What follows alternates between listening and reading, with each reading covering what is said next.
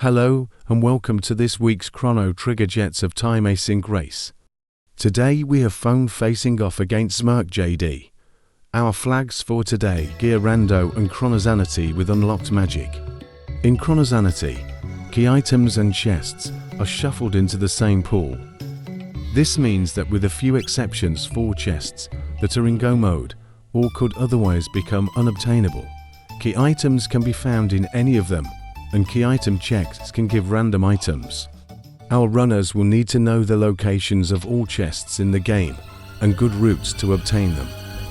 BeautyInDiscovery is also in this race, but because he joined after the video was made and is learning, he won't feature heavily in commentary. We start the run with Marl and Luca, a strong combination for magic, and with magic already unlocked, we may find a good party fairly early on.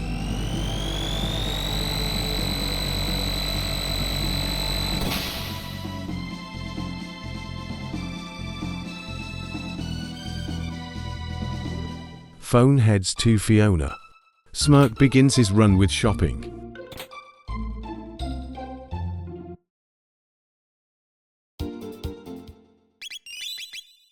Phone heads to Frog's Burrow for 3 chests.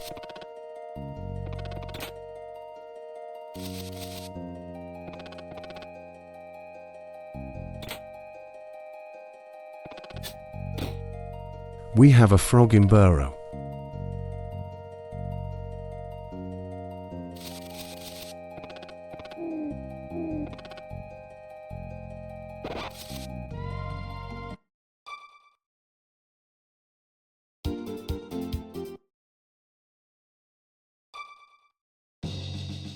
Phone initiates the bridge check and will likely return later. Phone hits up Truce Canyon for 2 chests.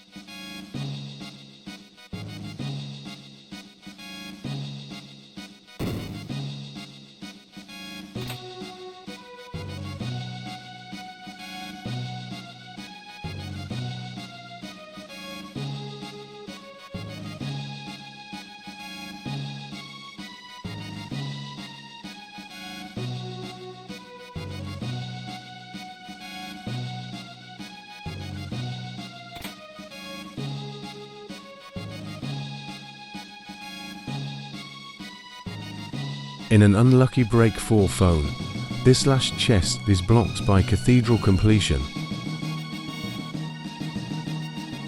BeautyInDiscovery finds the pendant at Truce Canyon.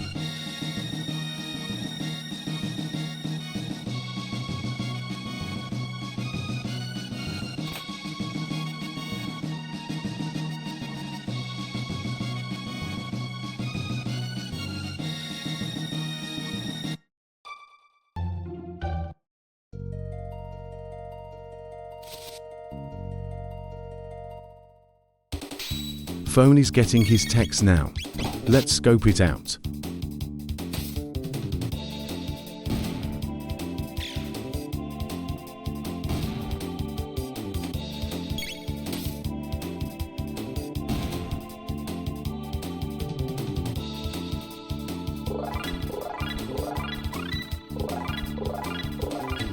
First techs are Hypno Wave and Re-Race.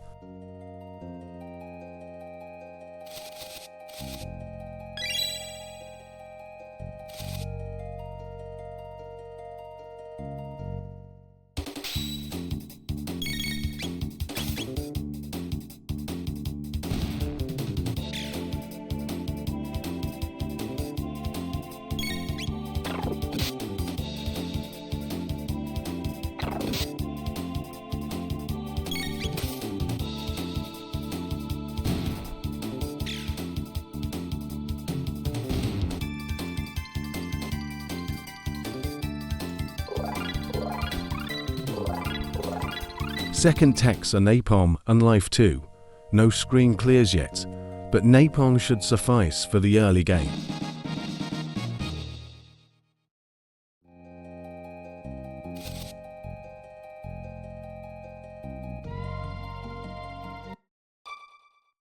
Smerc heads to Cathedral 4 to characters and a good amount of chests.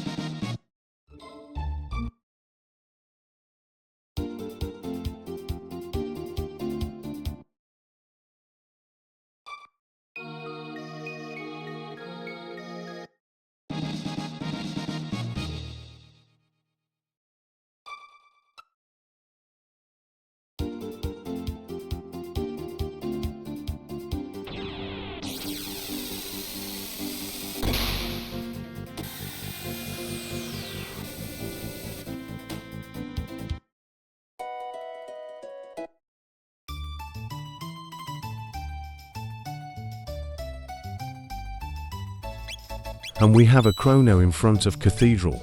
In most runs, we would see some runners dip out of Cathedral at this point, but we really need to reach the end to check all of our chests. BeautyInDiscovery starts the Cathedral dive as well.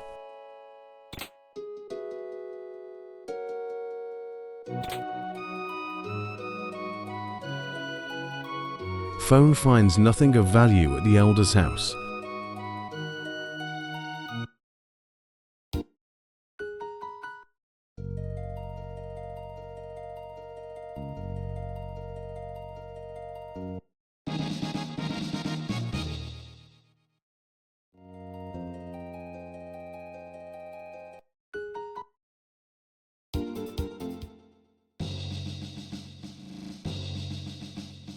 And now we'll see if Phone can get anything from the castle chests.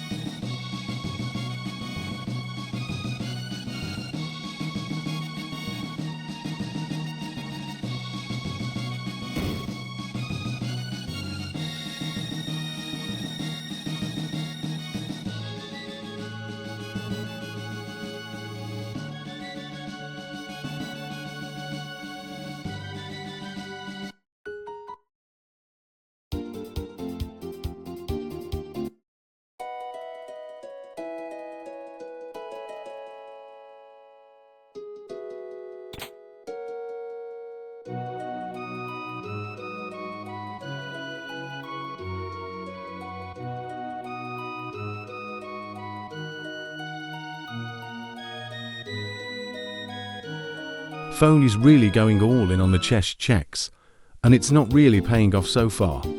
Smerc is checking the right side of Cathedral meanwhile.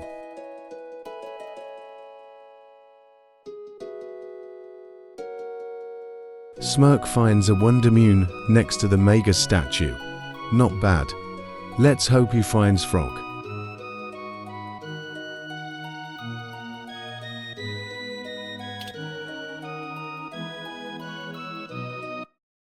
Not even the carpenter's wife can save these early checks for Phone.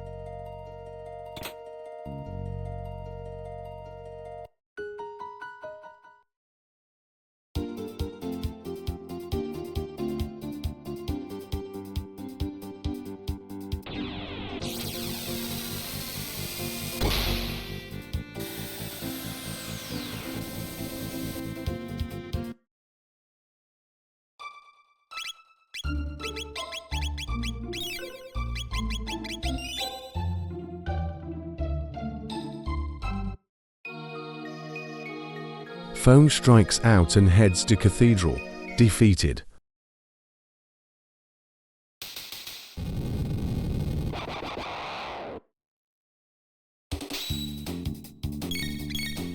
BeautyInDiscovery finds the Wondermune and follows in Smirk's footsteps.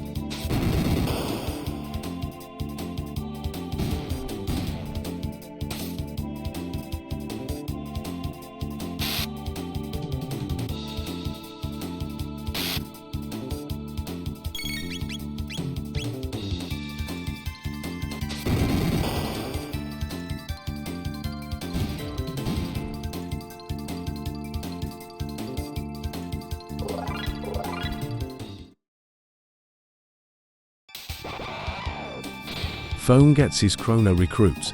Smirk is wrapping up the Cathedral as Phone starts it. He may end up pulling a reverse Phone play and waste his time checking the early chests.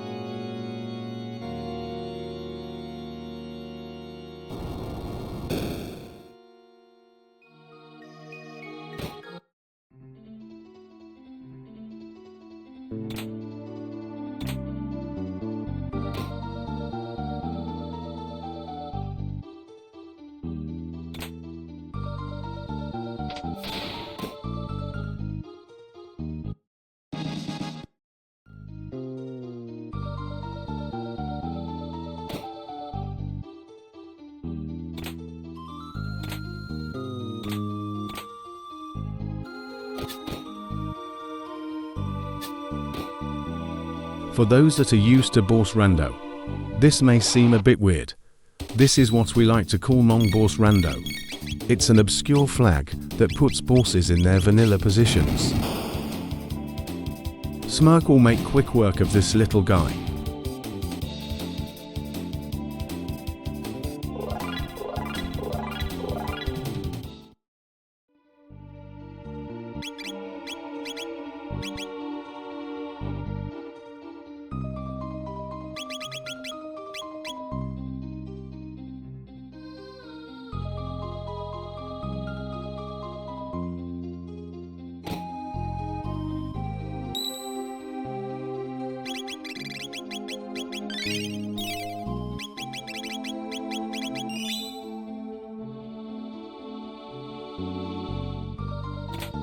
And Yakra is gone.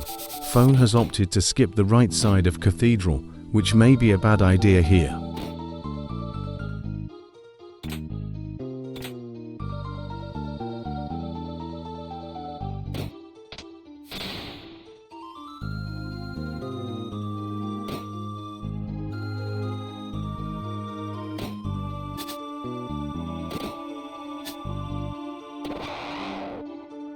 BeautyInDiscovery begins the Yakra Bourse fight.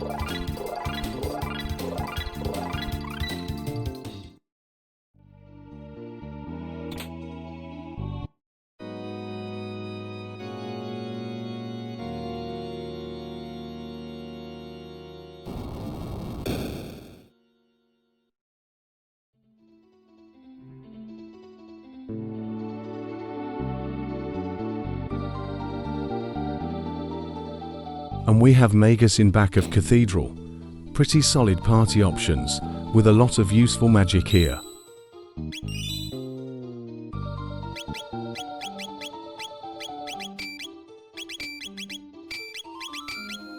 Phone begins his Yakra fight now. BeautyInDiscovery has cleared Yakra.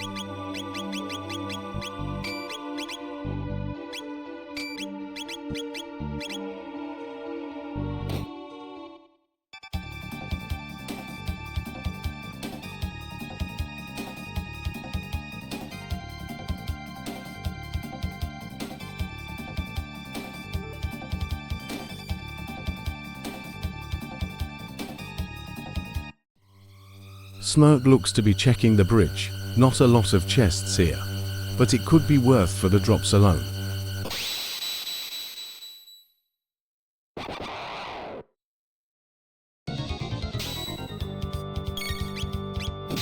The chef gives Chrono a swallow, which is incredible this early in the run. Smerc did not want the swallow that badly. BeautyInDiscovery starts the bridge check, but has not yet picked up his second cathedral character. Smerc looks to be doing his random chests now.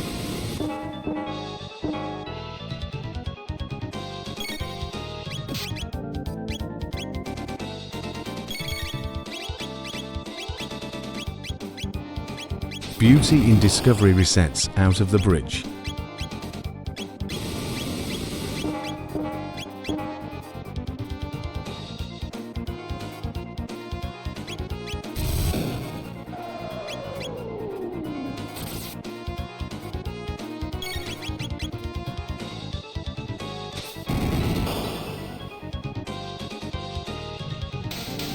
And they's found the pendant. Phone is finishing up Yakra now.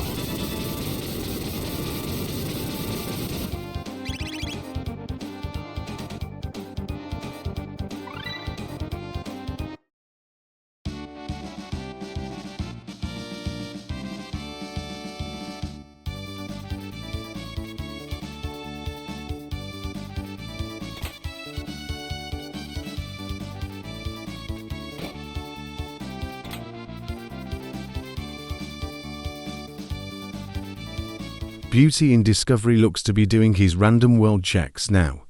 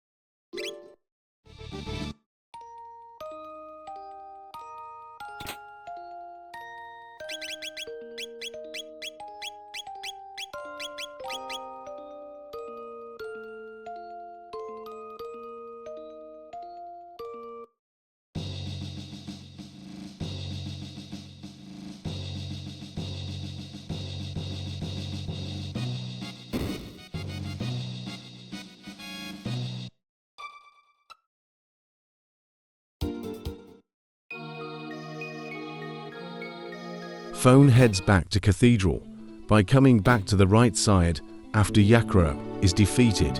We can skip the enemy dialogue and the forced encounter on the right side. It's probably a faster method, but nobody has really timed it. And with the Wonder Moon pickup, our runners are at the same progression level.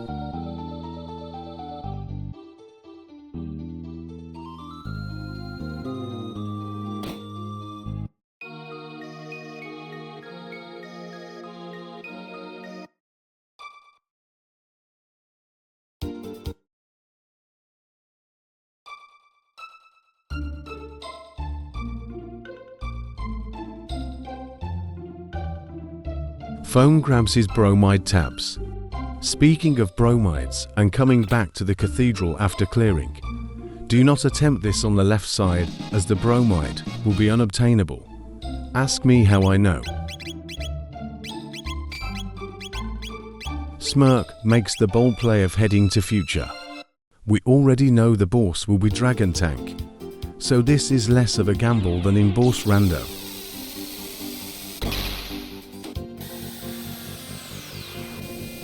And Phone is on his way to Hekron.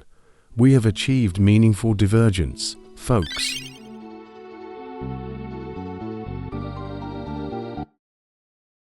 BeautyInDiscovery heads to Hekron Cave and has not yet returned to the 600 AD castle for his Magus recruit from Cathedral.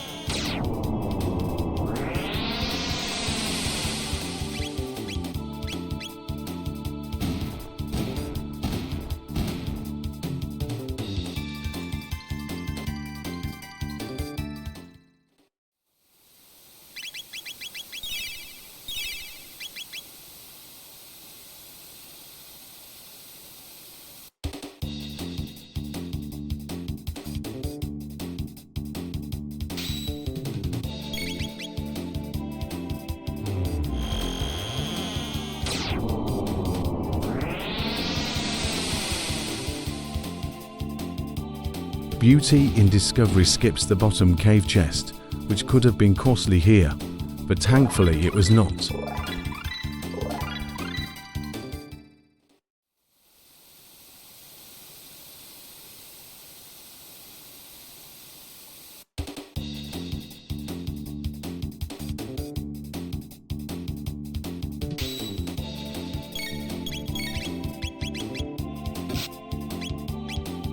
Smerc has opted to save Fritz. For those keeping track, does he come back from mid-ethers later? And since we've a dead air for like 2 minutes, let me also present this trivia. The roleplay enemies in Hekron Cave have elemental counterattacks that you normally never see, as they die in one hit.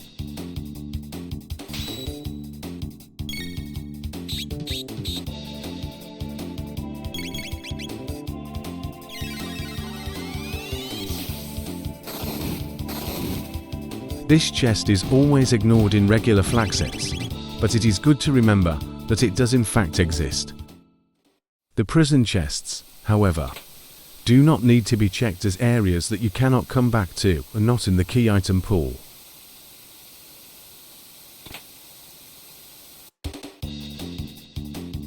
Phone is instead going for the no stone unturned method. There is a lot of complicated math that goes into where you are likely to find key items in Chronosanity, and Phone refuses to read into it.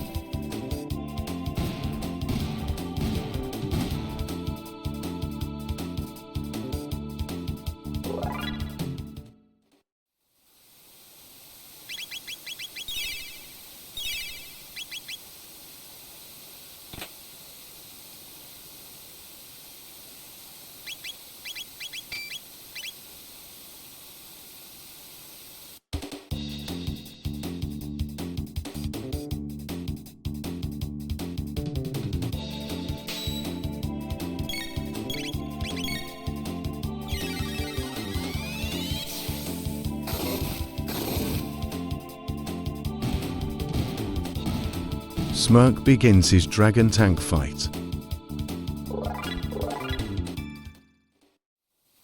More interesting trivia. The dragon tank head in vanilla is immune to all magic that is available to you at the time. However, it is not immune to anything else, so water and shadow magic are still effective against it.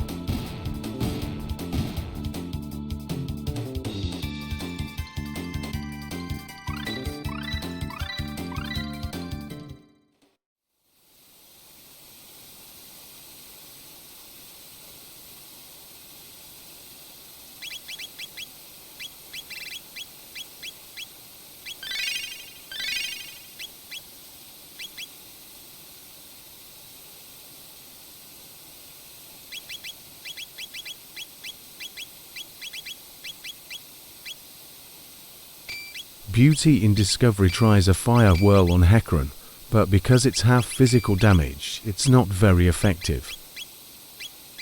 BeautyInDiscovery gets through Hekron.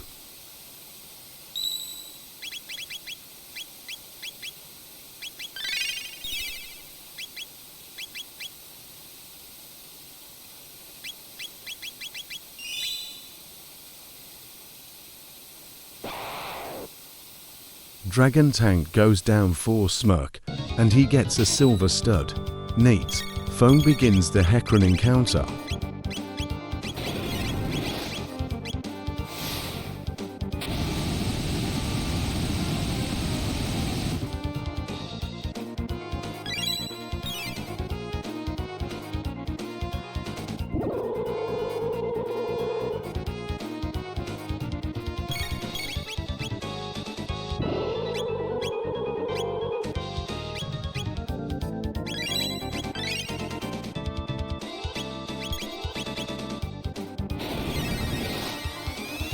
Phone ends the Hekron encounter. Antipode 3 is wild in the early game.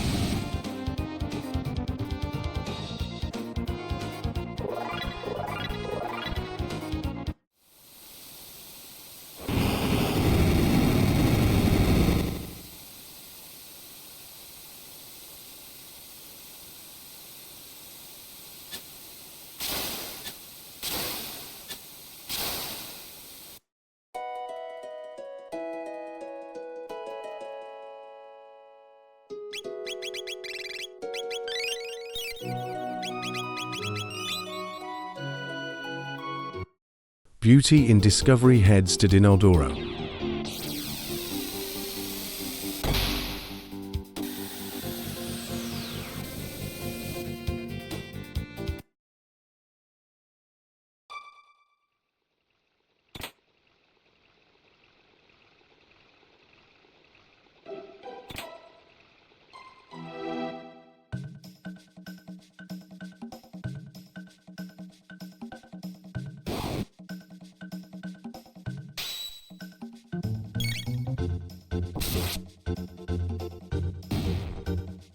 Phone begins Dinaldoro and smercyd up Lab 16. Both players have benched Magus, as their starters already have way more than enough endgame magic power.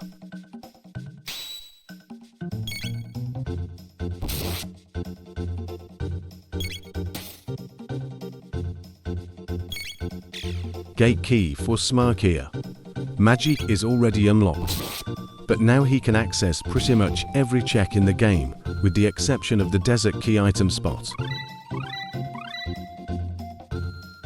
Smerc dives into the sewers.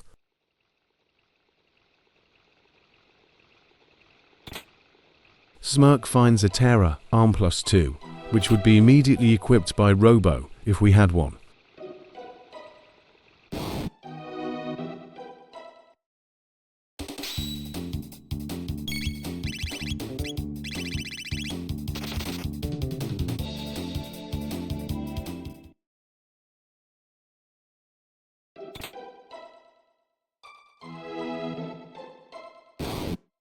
BeautyInDiscovery, understandably, is not used to the weird Chronosanity routing in this room, and will take some extra steps. Thankfully, Phone is right here as well for an easy comparison.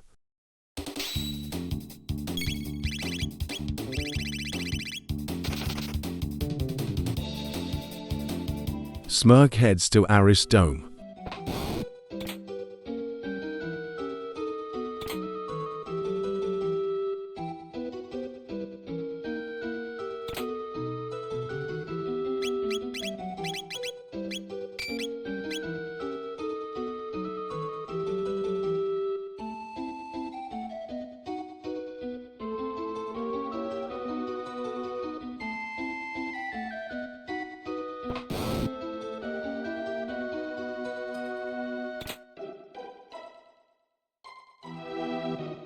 BeautyInDiscovery and Phone high five here.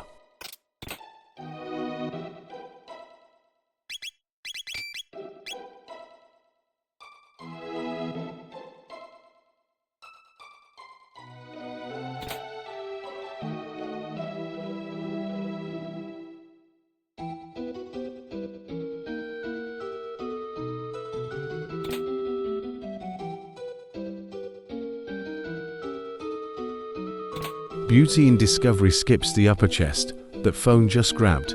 Let's see if he comes back to it. Here we see Smerc fighting Vanilla Guardian. You may not recognize him, as the sprite is not a noob, but functionally the boss is the same.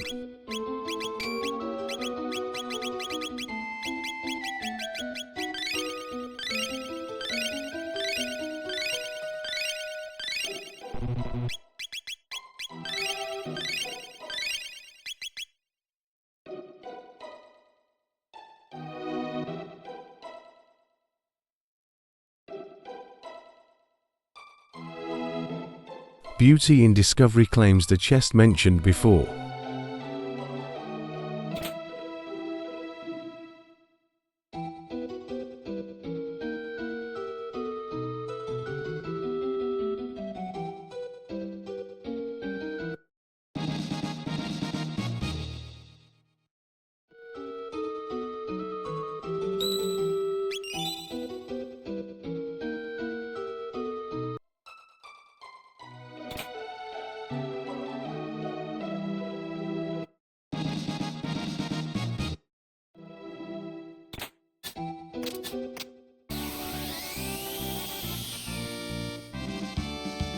Phone catches the rock, and it's the only one that he can't equip on any character.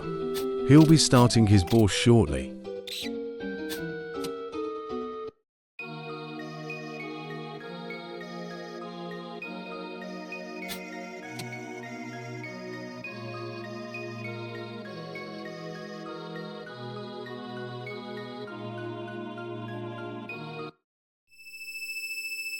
All in all, a solid performance for Beauty in Discovery climbing here.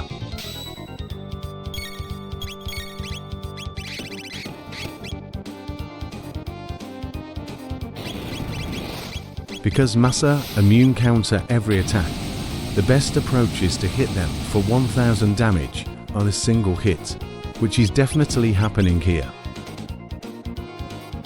Now I know I called the smercjd Vanilla Guardian, but the truth is it's not. This one does party-wide magic attacks, while the bits are dead instead of a harmless countdown. Anyway, it's down now. Phone begins his mass immune fight, and it will probably fall to Antipode 3 before Chrono's interrupt mechanic will matter.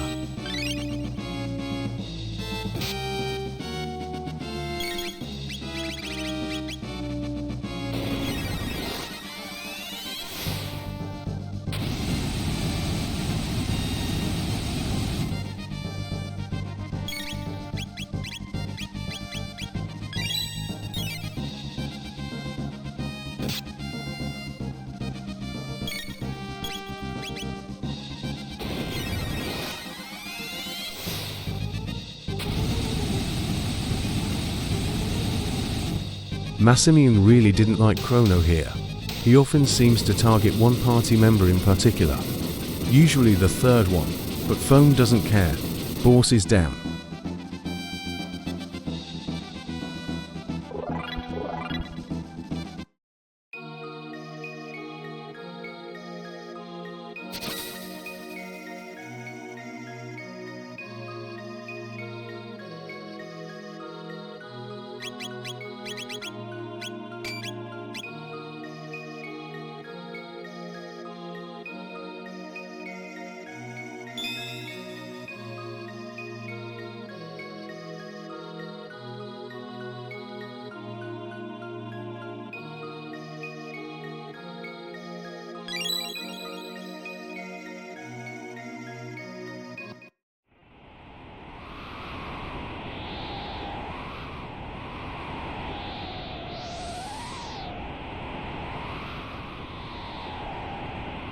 And we have a bent hilt in Aris Dome's sealed room.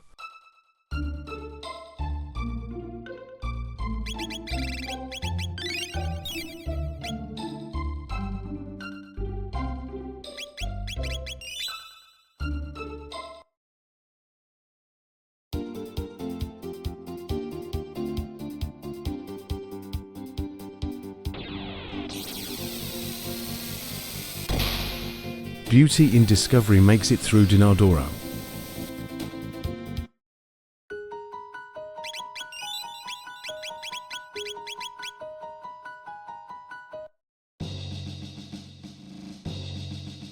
Phone sees the light and heads to Future. Smirk is halfway through Future, so he has a lot of ground to make up.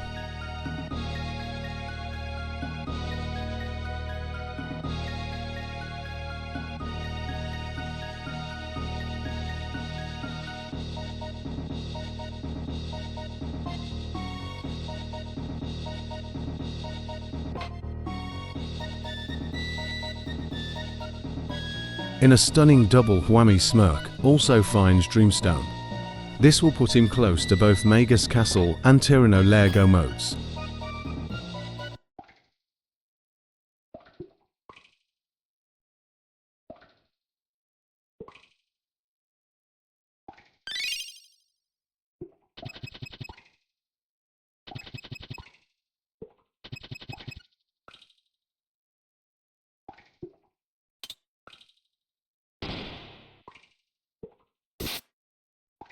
Smirk is back to the sewers to finish the job.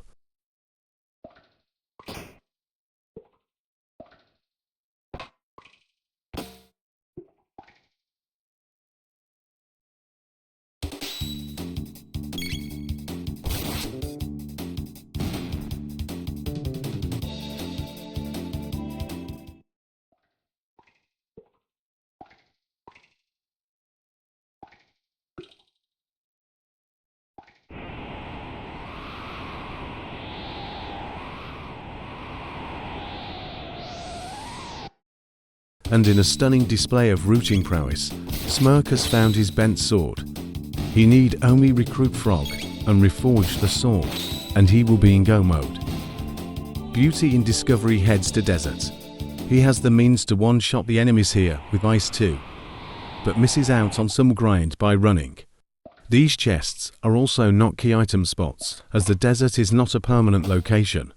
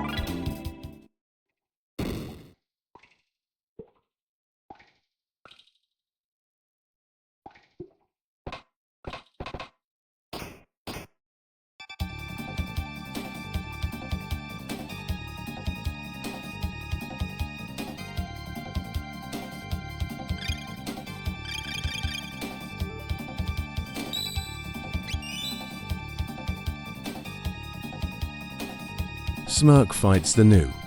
These little blueberries give pretty good rewards if you can beat them.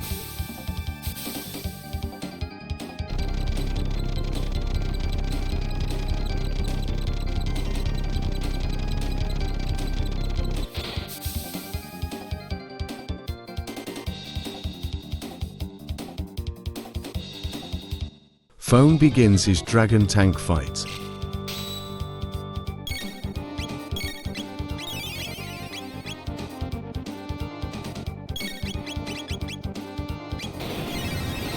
BeautyInDiscovery pulls Retinite.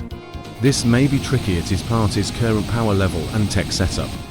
There is no Robo recruited yet, so the only reward from this would be the decent amount of experience it gives. Phone ends his dragon tank fight.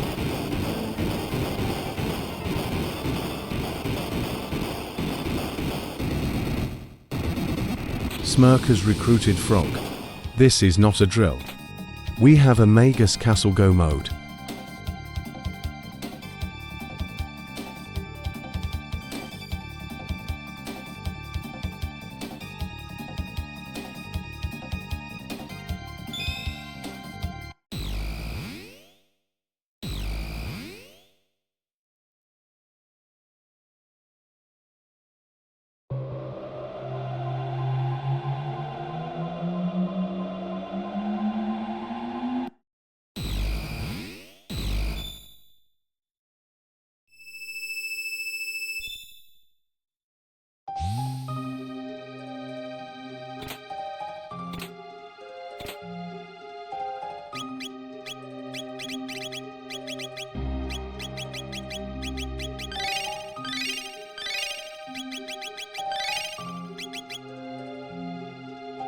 Phone will need to find some items quickly if he is to have any hope of catching up. Let's pop our audio on over to Smerc to watch the go mode progression.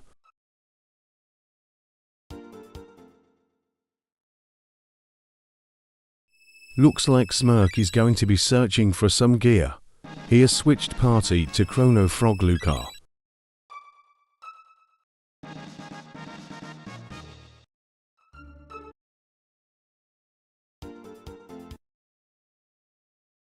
After a quick gear check, Smerc heads to Magus Castle.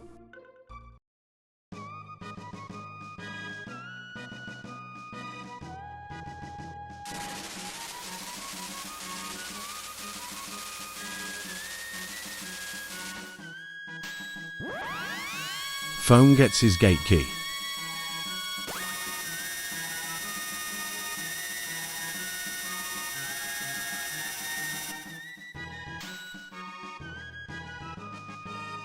Frog has cut the mountain in half, and we are ready to roll out.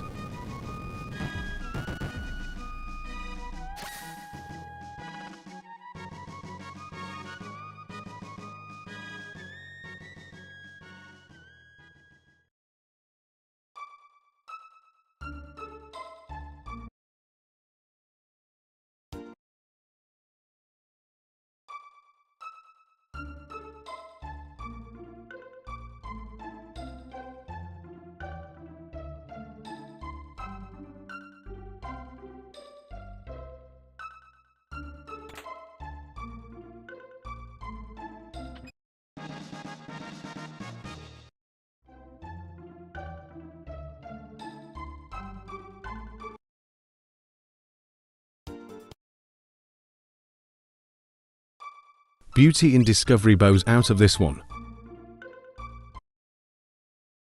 Smerc looks to be doing some last minute preparations.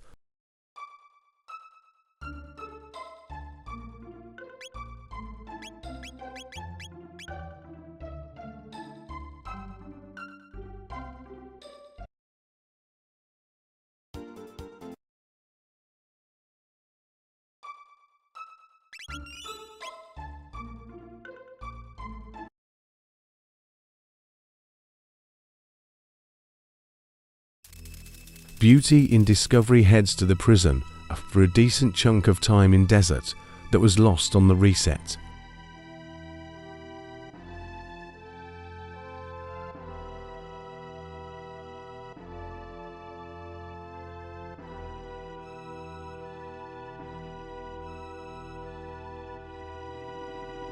And now we begin our castle climb. Phone finds his first sword piece. If he heads to Aris Dome, he will be on his way to the end game, but decently far behind.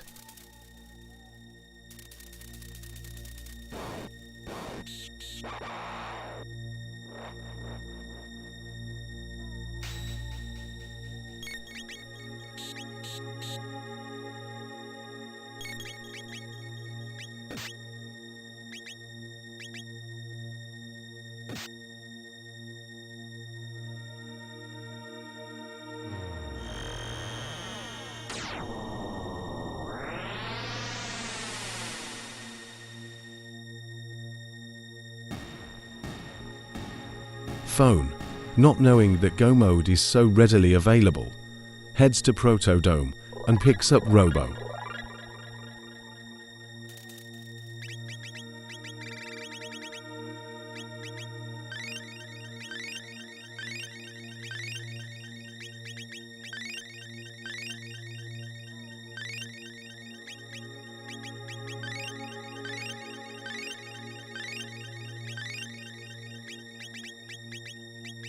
BeautyInDiscovery checks the bonus chests in prison. As with the desert, these chests are not key item spots.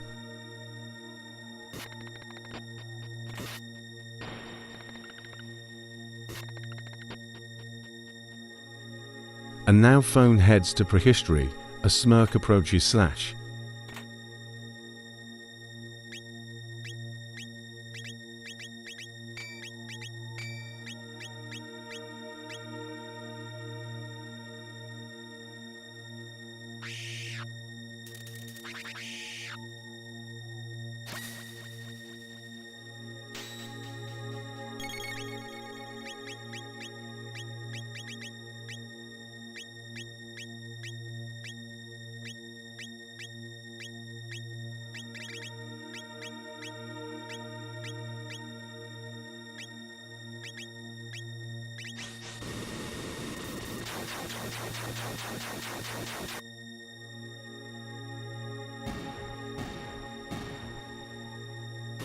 We see the learning process of routing this mode in real time as BeautyInDiscovery makes his way through the prison.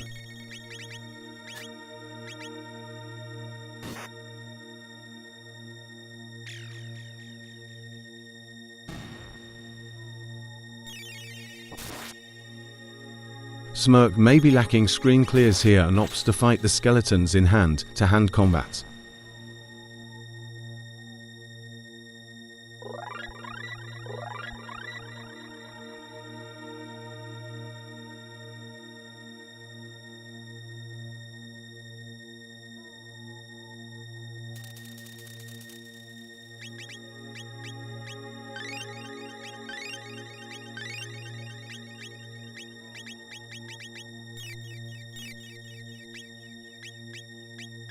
BeautyInDiscovery saves Fritz and will hopefully collect 10 mid-ethers later.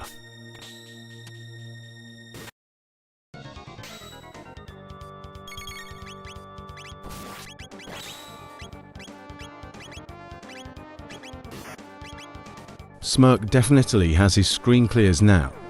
Phone heads up to Dactyl Nest for an Ayla pickup and some chests. Unfortunately for Smerc, Slash is very magic resistant.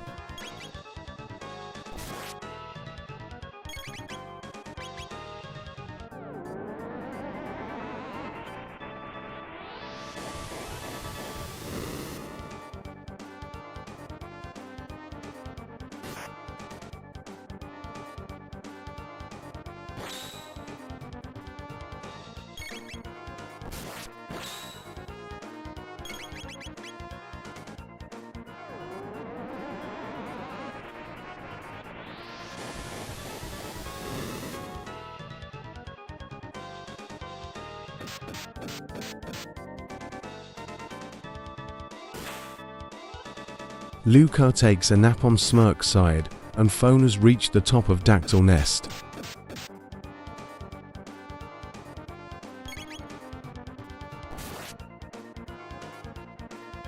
Smirk makes it through Slash.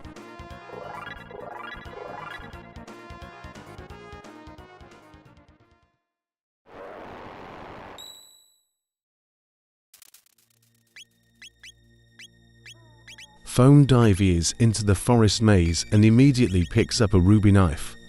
Those of you that remember Smirk's Aris Dome run will know that Dreamstone was the reward for that check. So Phone will be in Tyranno Go mode if he ever goes there. Magus Castle too, but nobody is gonna choose that.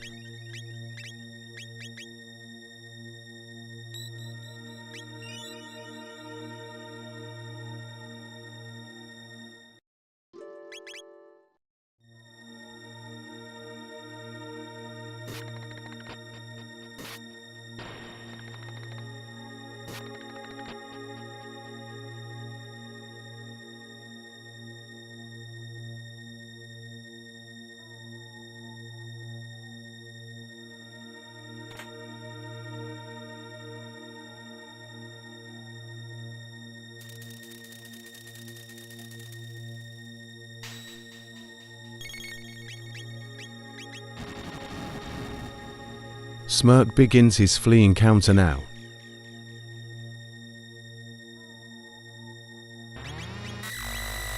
Smirk sacrifices Luca's MP. This is probably for the best, as Luca was already really low. BeautyInDiscovery begins the Dragon Tank fight.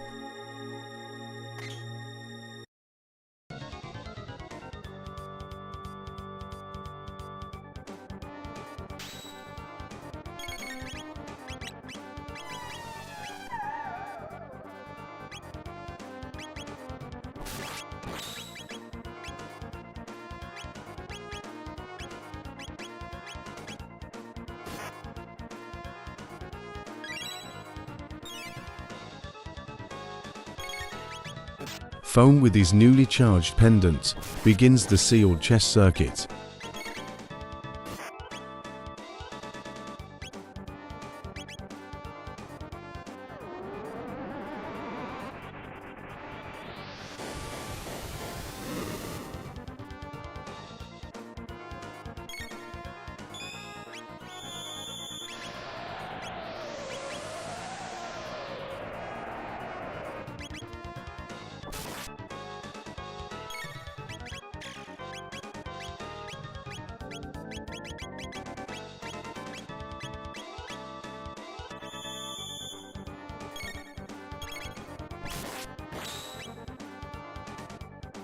And Smirk has made it through Flea, onto the gauntlet section.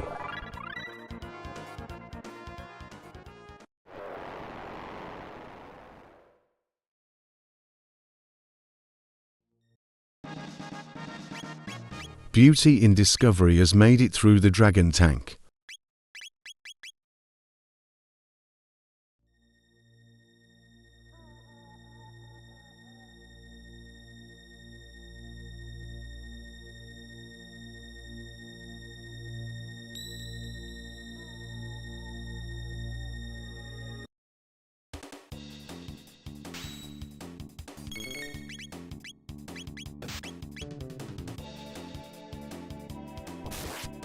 Smirk seems to be picking up some extra fights on the way.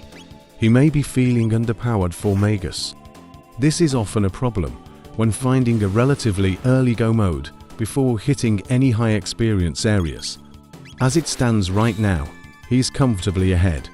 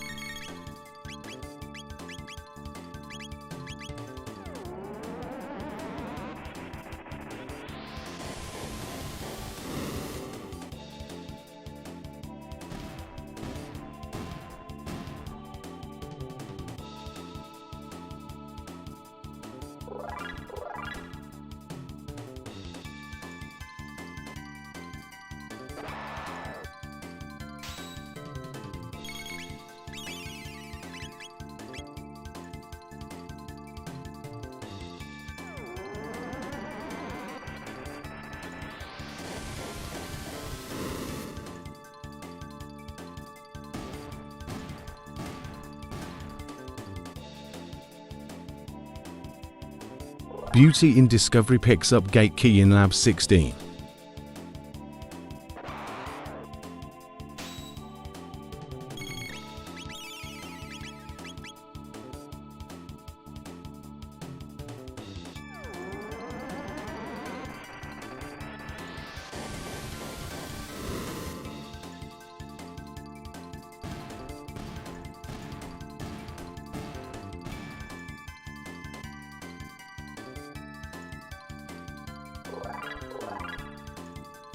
Phone heads to the sealed pyramid. Normally, this is a location where you would want to save and reset to get the better choice. But in Chronosanity, if there is a key item in here, then both chests will contain it. BeautyInDiscovery exits lab 16 without checking the third chest in that first room. It's a little bit past where he turned around. In normal flag sets this is fine, but in Chronosanity, this could be something we need.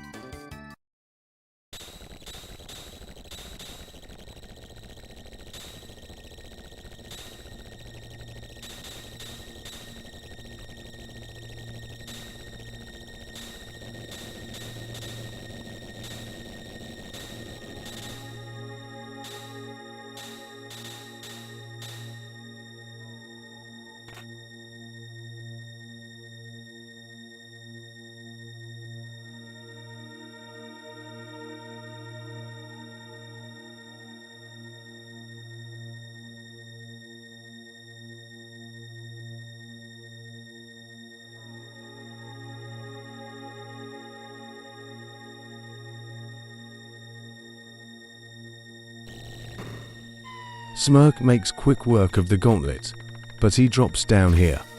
He'll be 4 chests richer and possibly have an opportunity to shelter up. Phone continues blindly looting everything.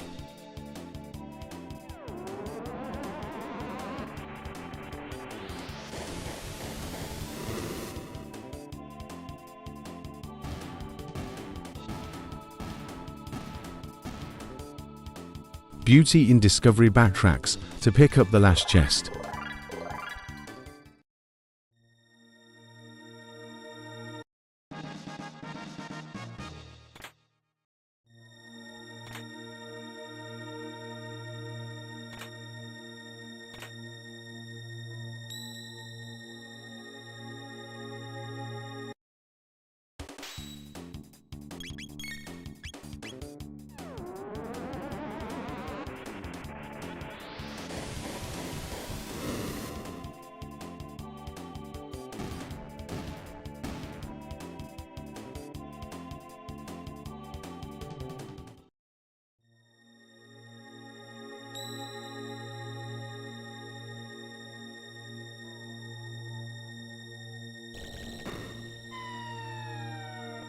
Phone looks to be headed into the factory. This is not something you normally see from him, but there are a good amount of chests and by extension key item spots here. BeautyInDiscovery heads to Aris Dome, because we've seen Smirk's run. We know that we will get a sword piece and a dreamstone here. The other sword piece is in the sewer, and the dreamstone is in the forest maze in prehistory.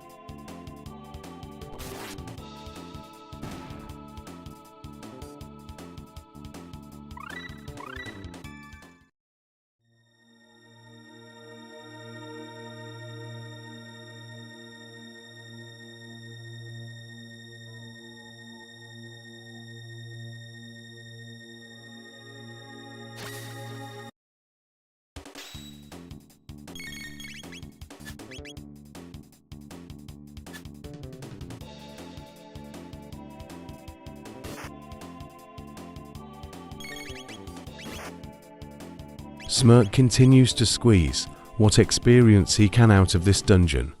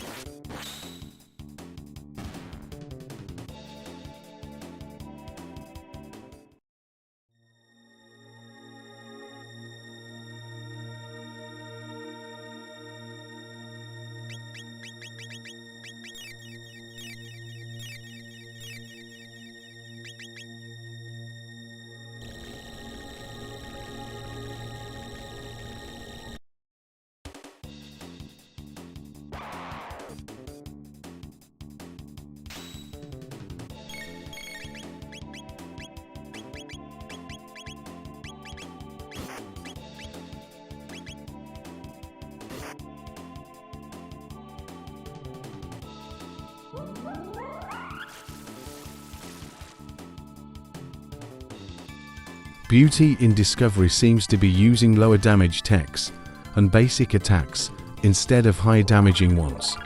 This is good for MP preservation, but on a boss like Guardian it's perfectly fine to go all in to end it quickly. Otherwise you run the risk of getting caught into multiple cycles of bits and screen-wide party damage.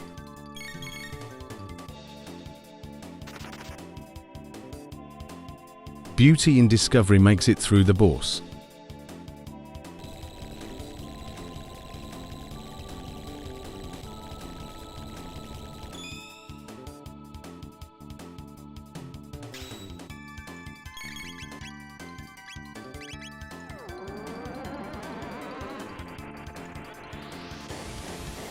Smerc has reached the last mandatory encounter before Ozzy and Magus. Phone meanwhile is having no success in his endeavors.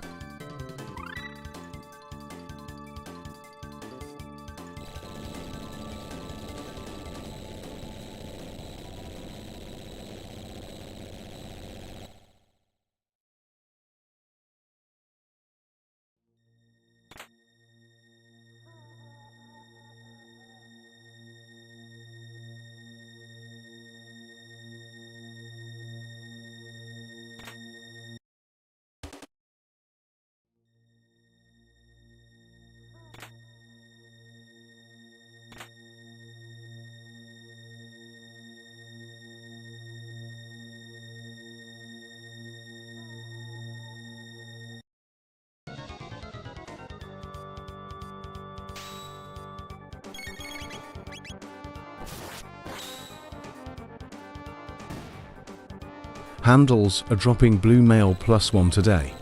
It's not something that we'll see much use out of, but it has good armor values and can be good vendor fodder.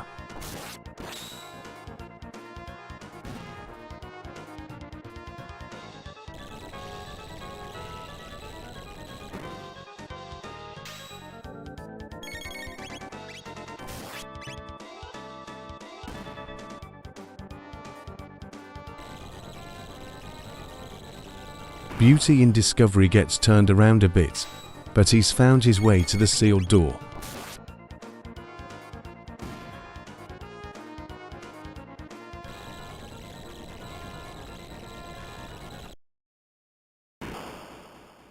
And Ozzy falls into the hole.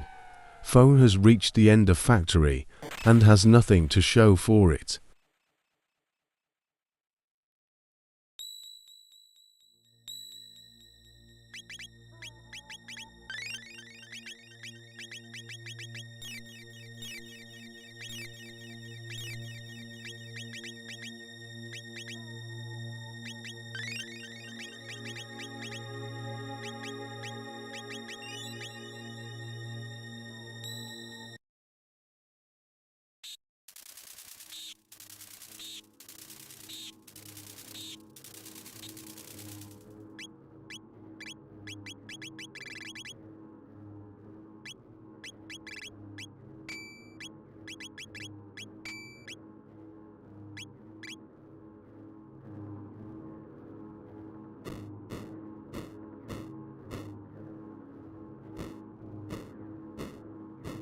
As with every other time this boss appears, Phone makes quick work of our series.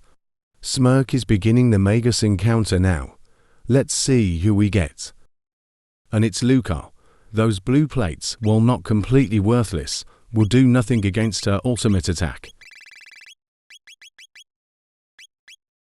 Phone has reached Aris Dome. He will be in go mode when he leaves this place. And Smerc will begin his Luca fight now.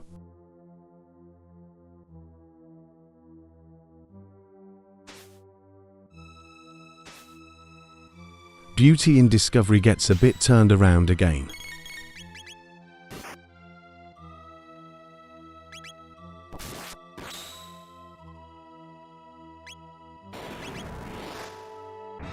With a lucky fire barrier at the start, Smerc has the opportunity to really deal some damage to the boss.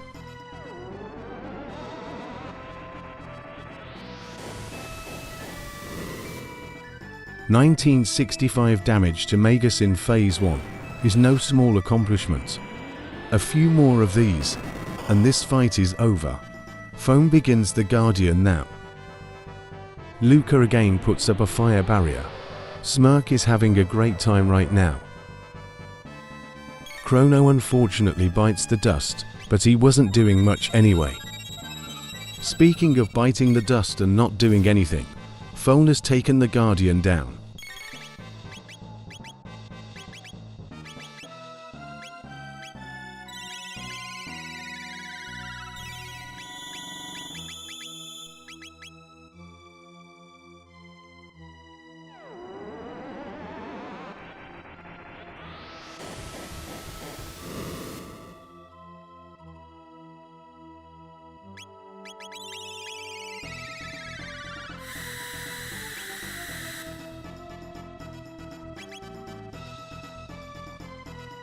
In another lucky break, Luca puts up a lightning barrier for Chrono to blast through. Foam catches the rat and is getting closer to go mode. With no counterattack from Luca, Smerc has entered the second phase of his Luca fight.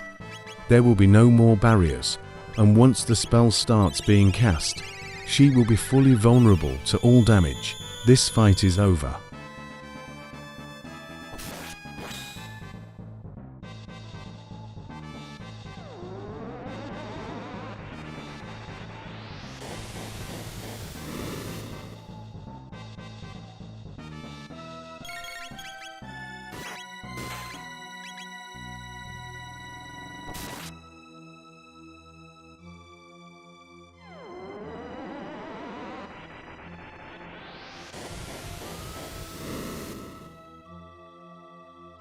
Smerc takes Luca down and is on to Zeal and the final dungeon of the game.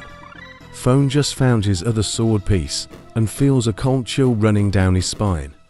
This was a very easily accessible go mode that he would be starting 70 minutes into the run.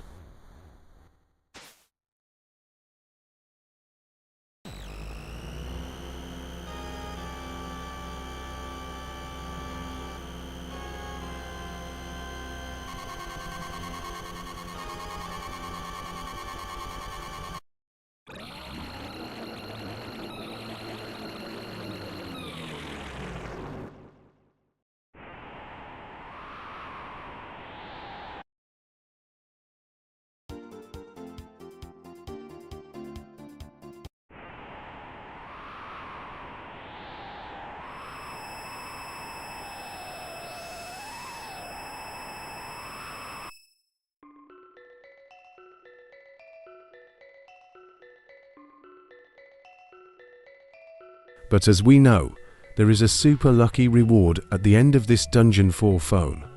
If it were anything else, he would be doomed to start Magus Castle long after Smerc had already cleared. And Foam breathes a sigh of relief with his Tyranno Go mode being achieved. It's time to make his last minute preparations, while Smerc is headed to the Ocean Palace.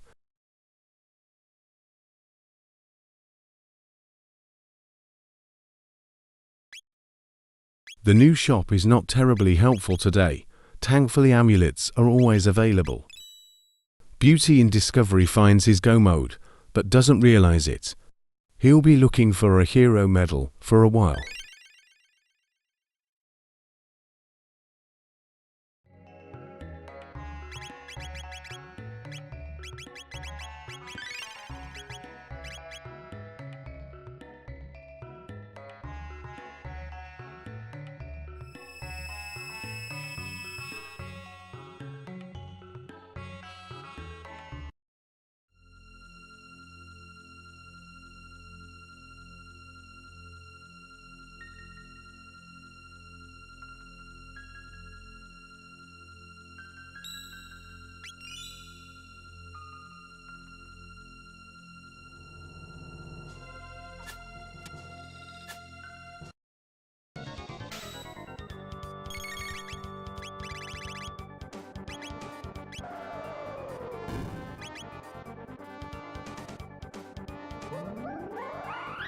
And Foam locks in his team, opting for the 1000 AD squad. Smerc is working his way through Golem and will be in Ocean Palace shortly. Phone has arrived in prehistory and will be headed to Chrono lair now.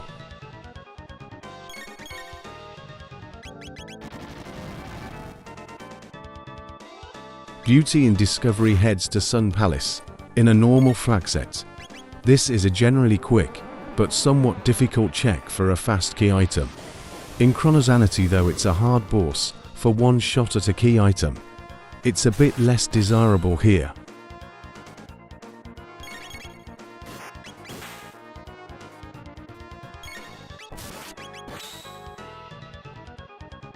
Smerc makes it through the golem.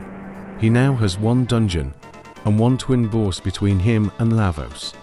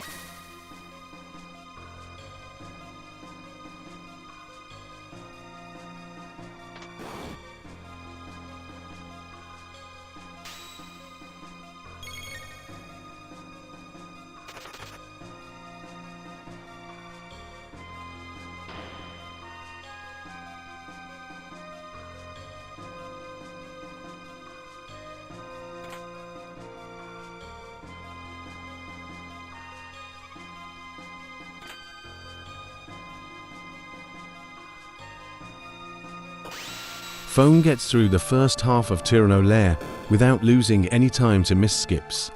Smerc has activated his button, and we'll see how much time he spends in the grind spot. Phone starts his Nizbal to fight.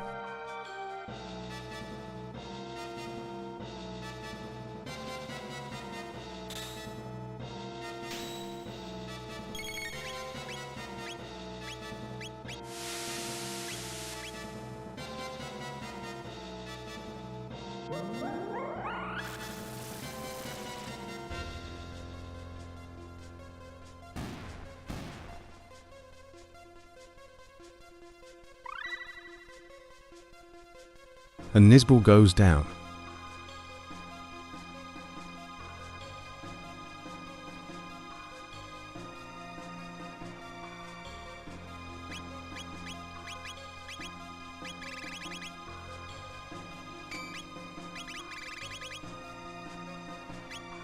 BeautyInDiscovery gets a Terra arm, but probably isn't thrilled about it.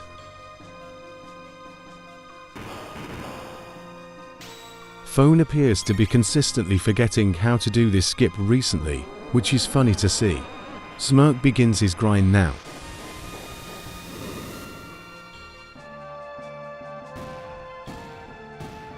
And Flare makes quick work of the grind spot. Phone is gearing up for his Chrono fight.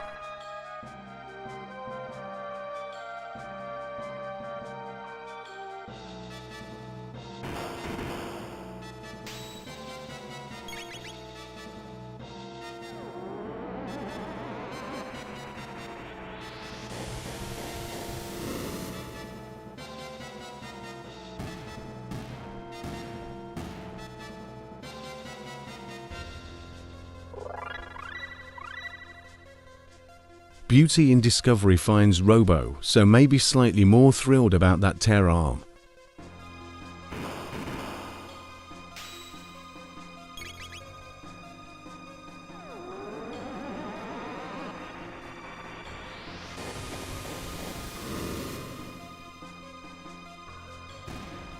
And Foam begins his Chrono boss as Smerc continues to grind.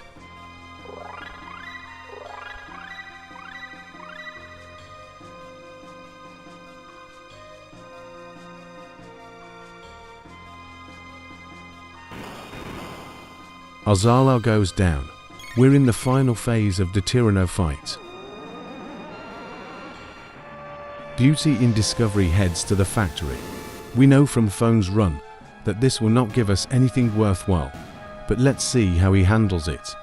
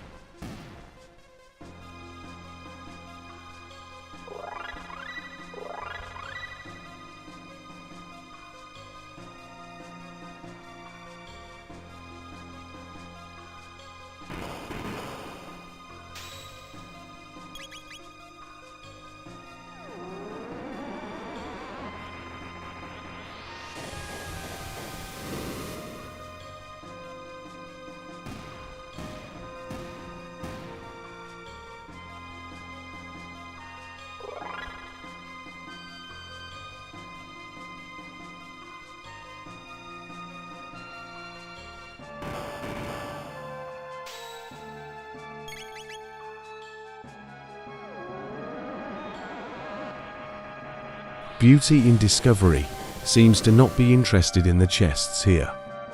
Luckily, they ended up being junk anyway, but this is another gamble that could have not paid off.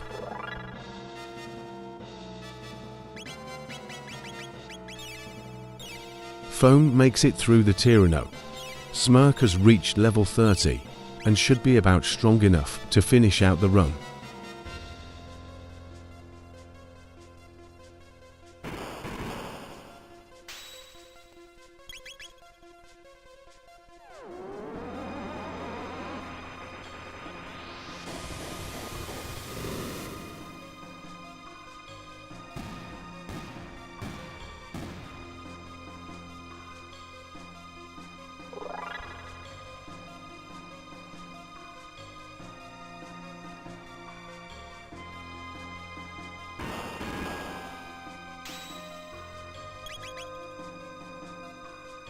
BeautyInDiscovery does some science on these sentient chemicals. Those that have been around for a while will know that lightning is the quickest way to their hearts.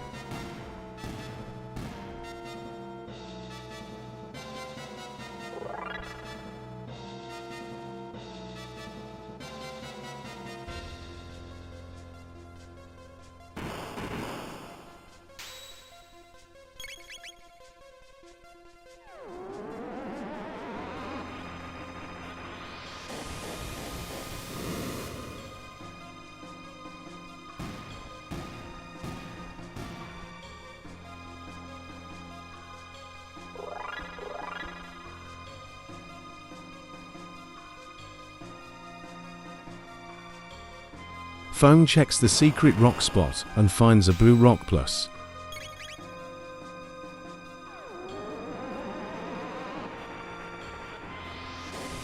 And its barrier.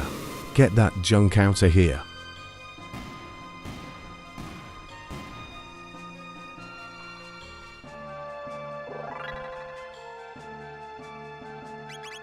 Here we will see BeautyInDiscovery discover the power of lightning.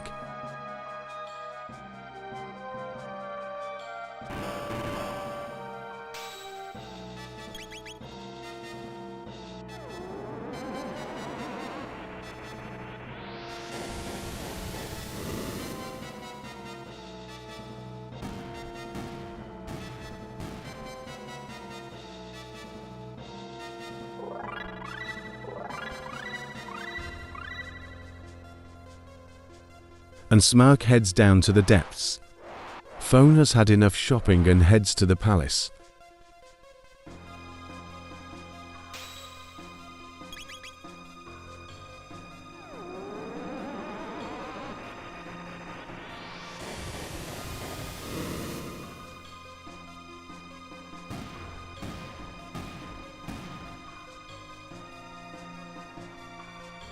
BeautyInDiscovery opts out of facing the Borsa factory.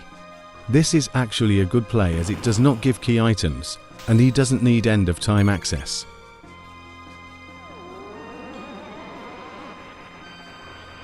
Phone begins his golem encounter.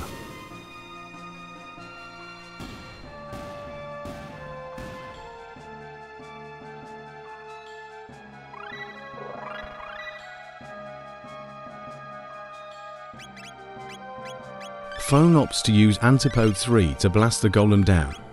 Normally, we want to use fire and water magic to lock the golem into a lock damage cycle, but if the damage is good enough, it can be ideal to lock him into an iron orb cycle by casting a strong spell followed immediately by a physical attack.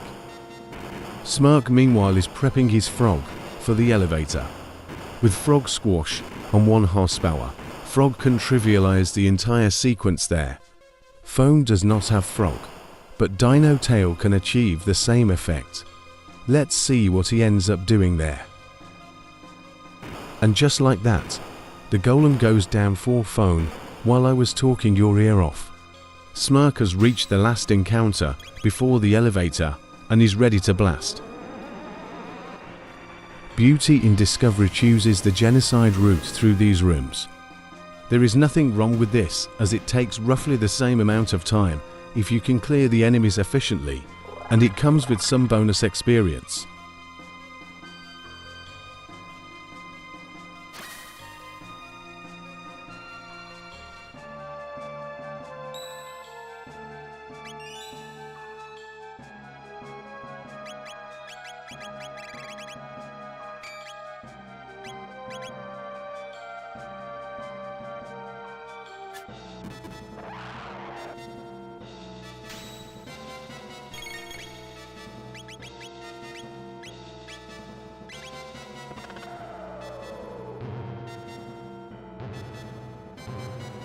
Smerc opts to take on the optional elevator encounter.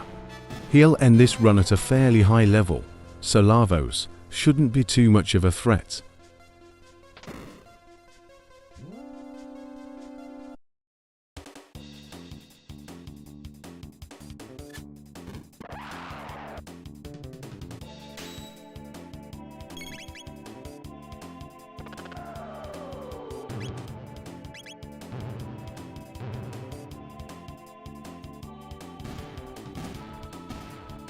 Phone has made some party adjustments going into the grind spot.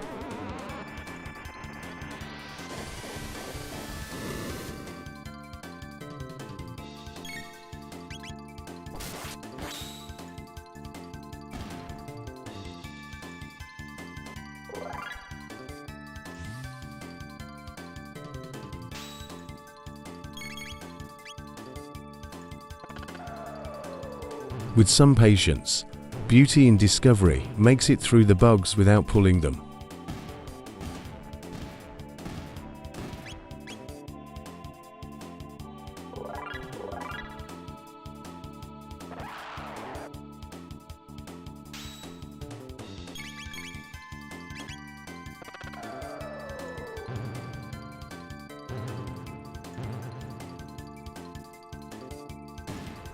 And just like that, Smerc makes quick work of the elevator and will be moving on to the twin golems shortly.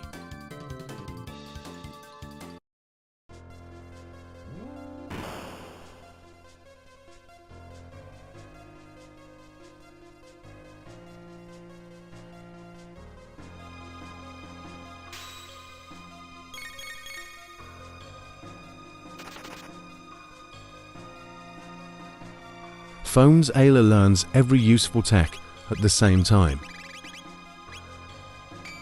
Phone's party is a full 10 to 11 levels behind Smerc. He switches Marl back in, seemingly finding what he needed out of Ayla.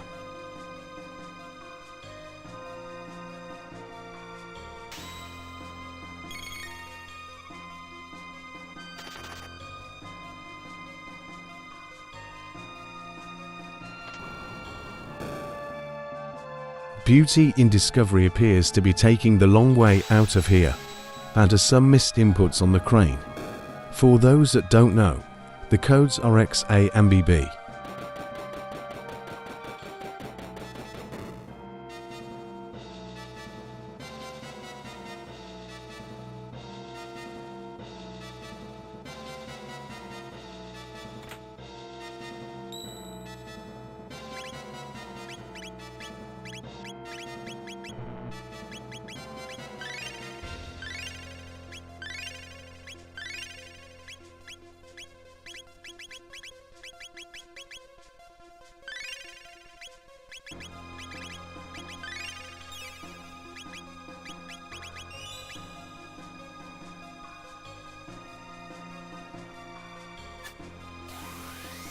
Smerc moves on to the penultimate boss battle. He's one quick fight away from the end game.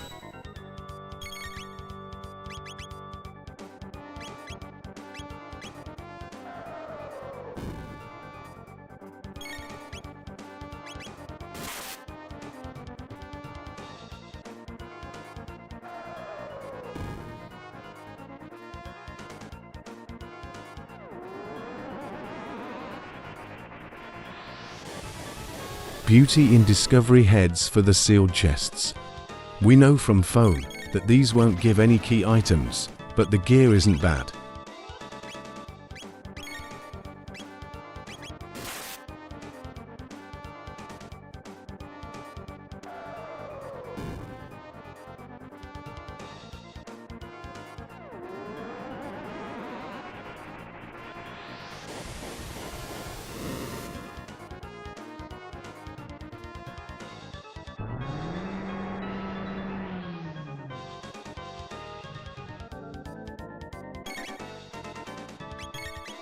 And phone has seen enough.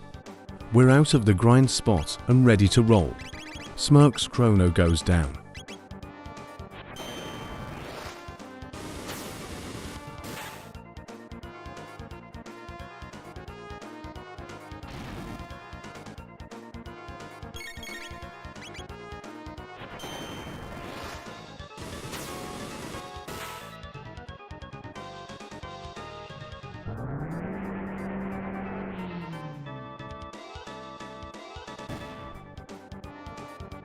Smerc makes it through the Golem Twins. Phone is still fairly low in terms of levels and several screens behind. He has brought Ayla back in for the elevator.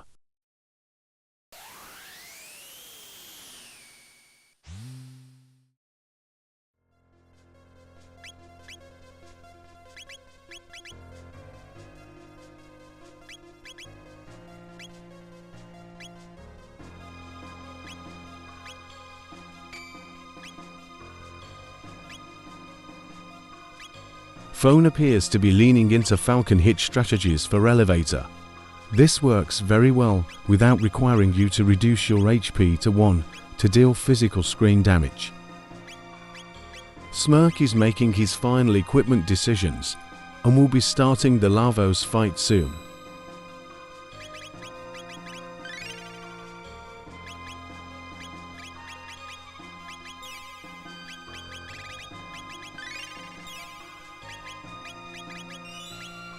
Phone begins the elevator as Smerc rolls out.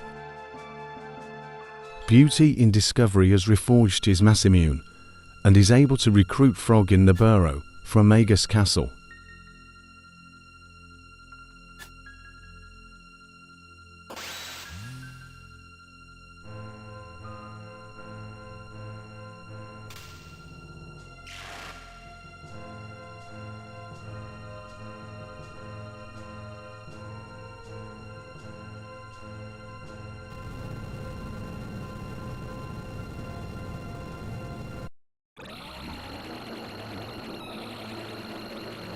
And we have our first Lavos encounter of the run.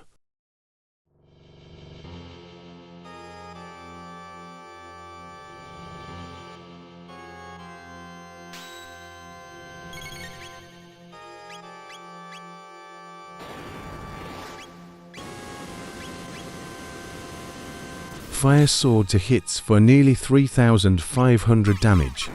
This is more than strong enough to clear this game. Phone gets through the elevator now and will be on to the Golem Twins shortly.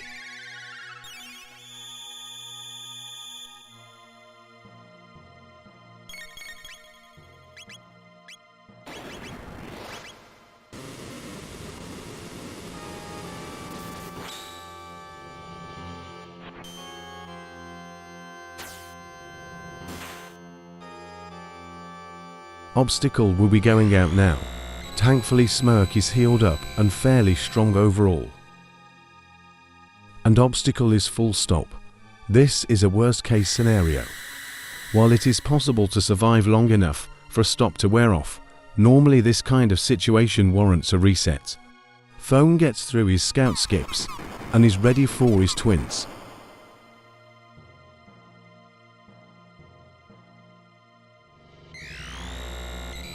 And Smirk is forced to reset and change his approach. They will be high-fiving in this room. If Smirk had encountered this on Lavos 2, he likely would have been able to survive it. Phone begins his twin golems as Smirk rethinks his equipment.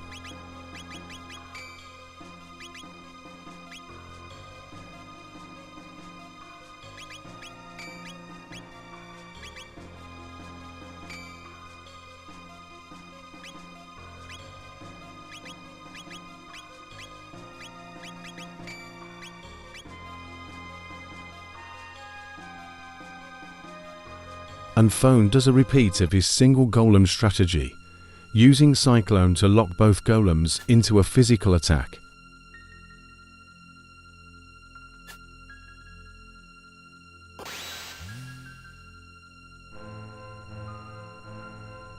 BeautyInDiscovery learns where to go, and not to go in the 1000 AD castle.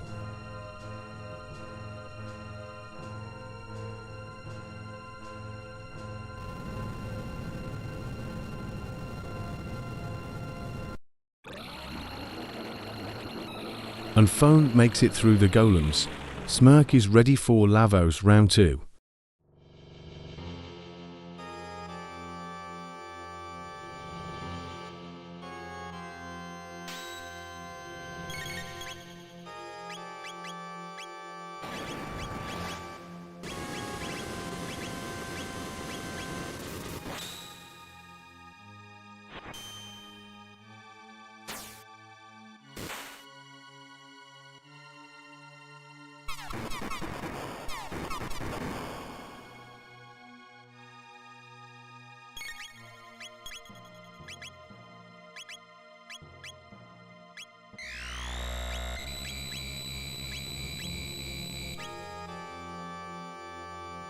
Smirk avoids the full stop this time, so he will likely get through this boss.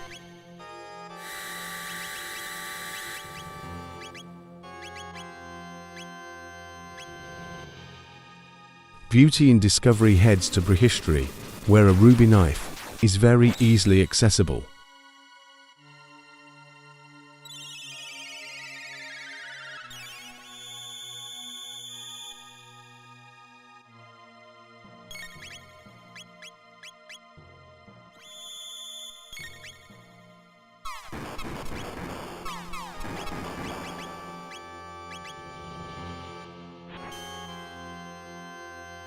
And our runners high five again, with Phone starting his first Lavos attempt.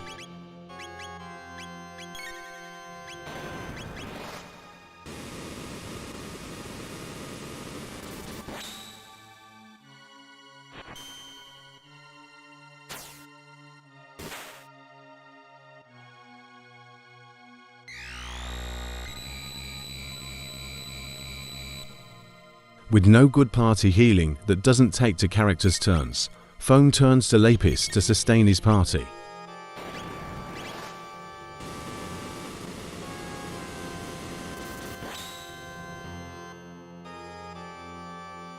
Smirk has broken through the shell and will be high-fiving Phone in the second boss room soon. BeautyInDiscovery heads up Dactyl Nest. There is no go mode here, but maybe a character recruit can shake up his party.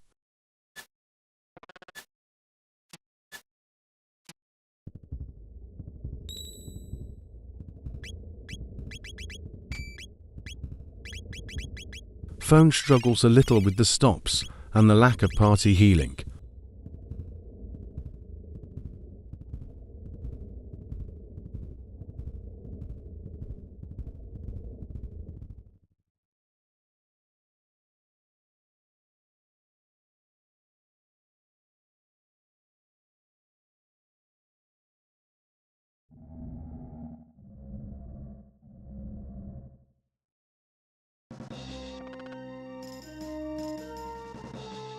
Phone is through the shell. Smirk begins his second Lavos now.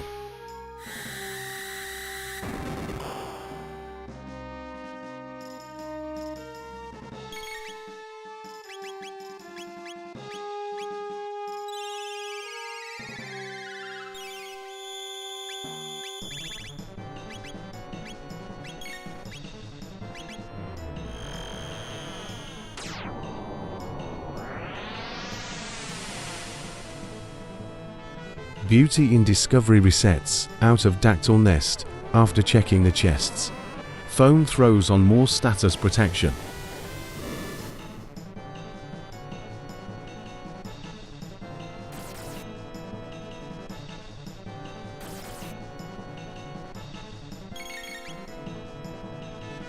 BeautyInDiscovery heads up Mystic Mountain for the one chest here.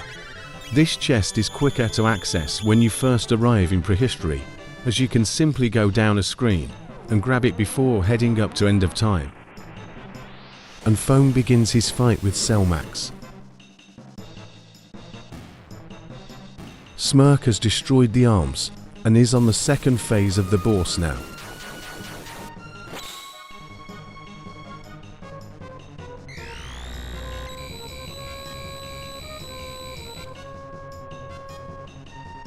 Another full stop goes out for Smirk.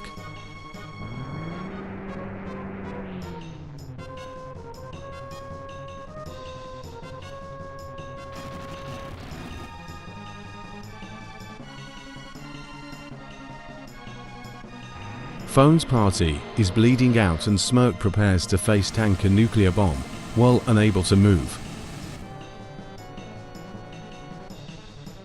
And now Smirk is bleeding out. He is however no longer stopped. The plan worked.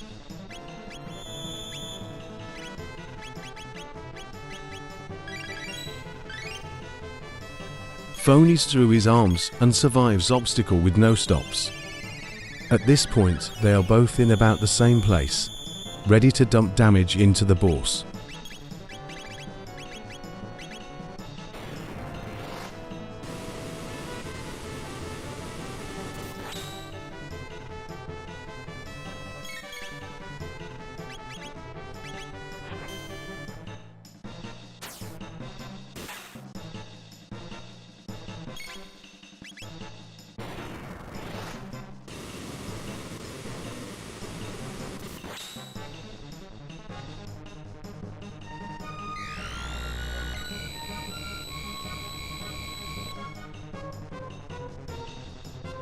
Smirk takes another stop to the face. And Phone is through the boss. Let's pop the audio back over to his side.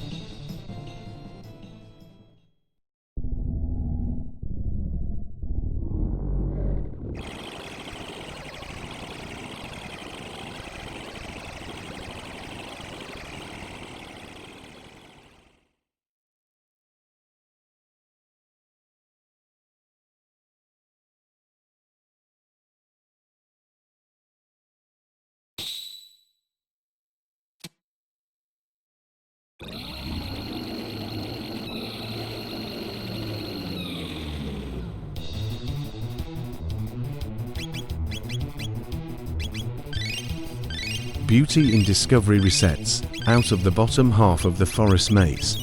He's really locked in looking for these key items. Phone hits the menu glitch and heals up. It looks like he'll be swapping from immunity back over to damage output. This is a good strategy if you can beat the middle bit down before it uses its big abilities like the random status effect. You want to be able to do about 4,000 damage per turn or so. And BeautyInDiscovery is in Tyranno Go mode. He was in Magus Castle Go mode about 32 minutes ago, but didn't realize it didn't require hero medal. A teachable moment. And Phone clears the 4,000 damage threshold with damage to spare. Smirk has now made it through Lavos too, and will be starting the fight now. Phone uses haste on Chrono to give him the ability to throw out Ice Sword 2 and Fire Sword 2 in one turn. It's hard to lose to Lavos with this level of damage output. Lavos is Lavos, however, and seems to be trying to knock Chrono out. These things can happen in this unpredictable boss fight.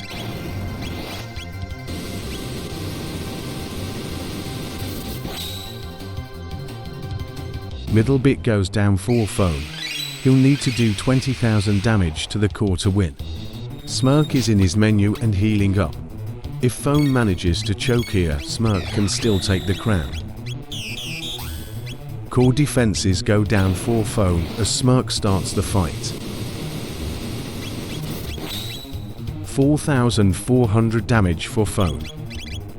And Ice Sword goes out for Phone. Smerc goes for left bit strats. This is more dangerous, but can give him a chance to catch up. Phone is now at 8,400 damage.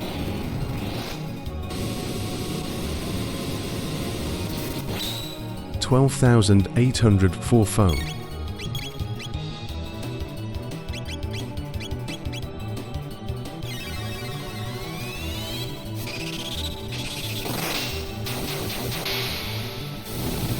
$16,800 for Phone. One more attack will do it.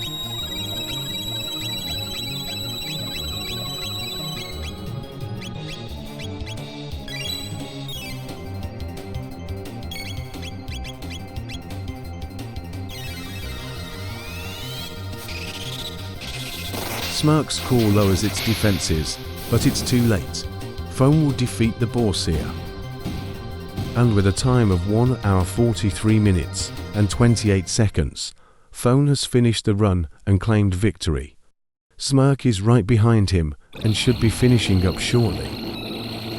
While we wait for the end here, let me thank everyone for watching and all that you do. If you would like to participate in races or learn the randomizer, join the Discord linked in the description. Let's pop the audio over to Smerc to finish this run out. We will occasionally check in on BeautyInDiscovery as he finished this run, but because he had his mic open, the audio will not be used in this video.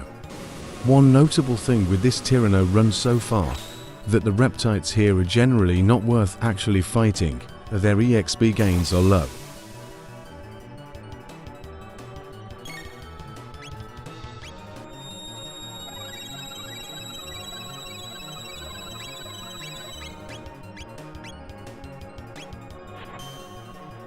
Good skips so far for BeautyInDiscovery.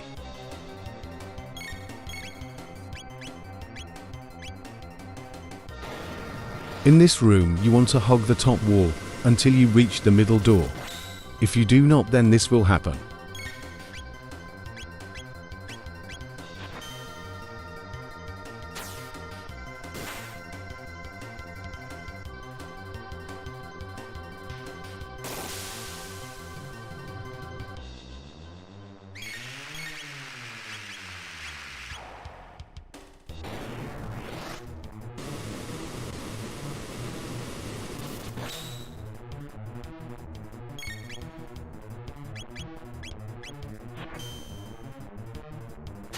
And from the middle door you want to put your feet on the vertical slice with the big floor tiles. If you do not, then you will run into this issue.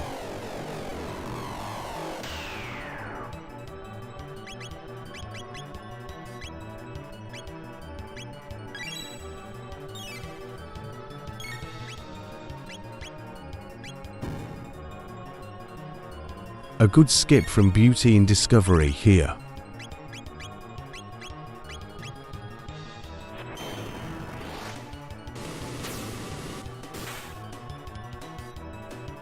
And with a time of 1 hour 46 minutes and 0 seconds flat, Smerc has finished his run and will come in a close second place.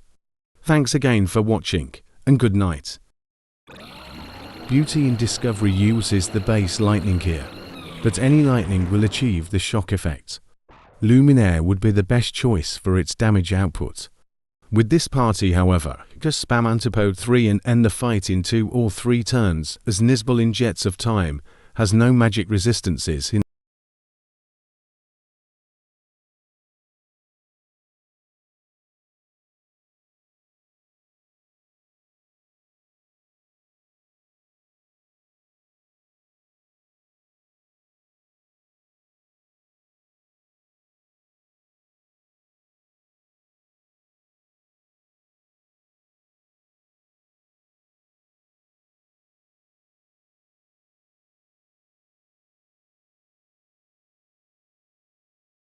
BeautyInDiscovery makes it through.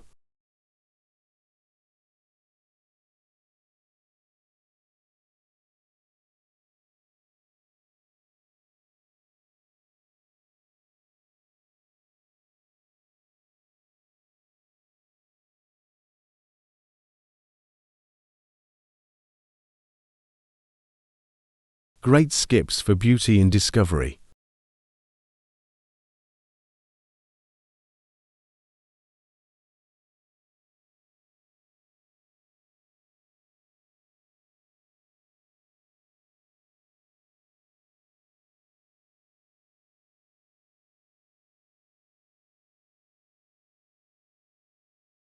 And we have a trap activation.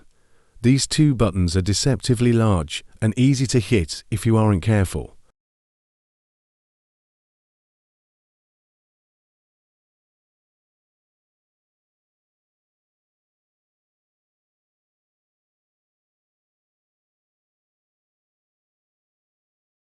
Another good skip there.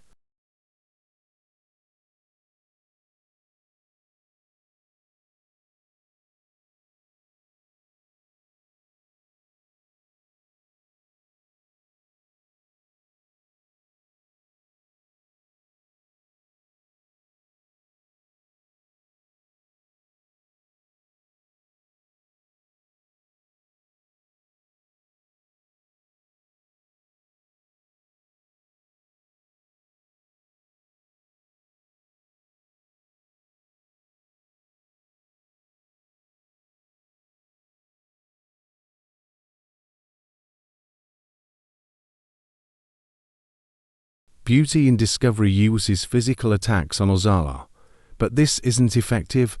Magic is the key here.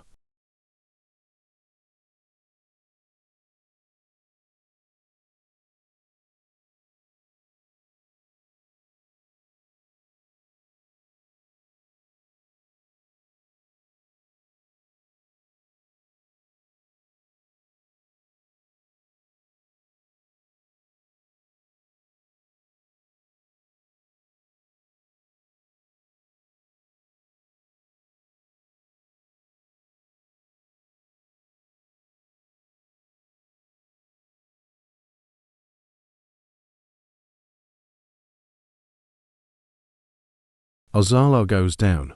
There will be a brief window before the Tyranno becomes vulnerable. This is a good time to set up hastes and barriers if you feel they are needed.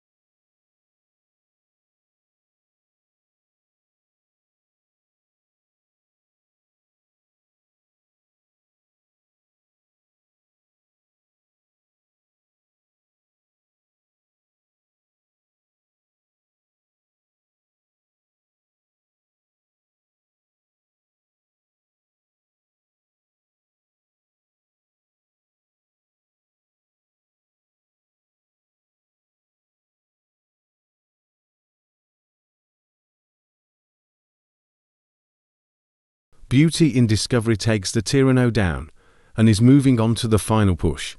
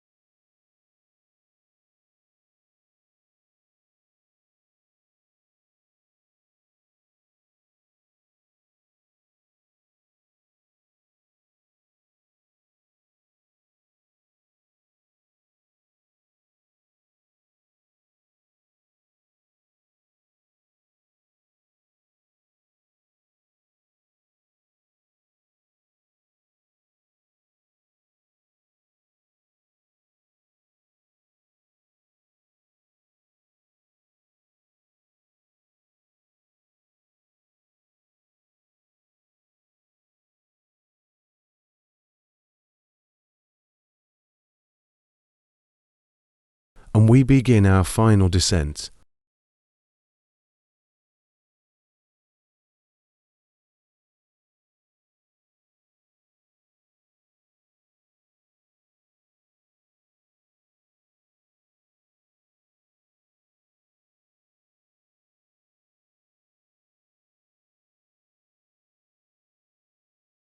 BeautyInDiscovery does a similar approach to phone, but with Chrono's ATB depleted, we are vulnerable to a shadow attack from the golem.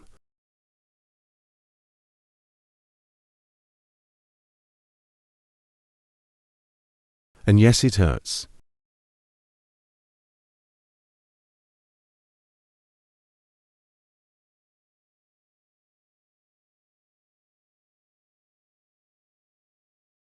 Now we see golem being locked into lower damage counters, but we are also using our turns on low damage techs, which can prolong things.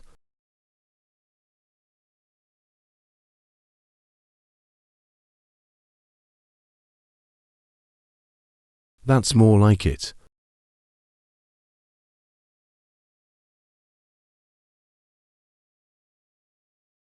And BeautyInDiscovery takes down the first golem.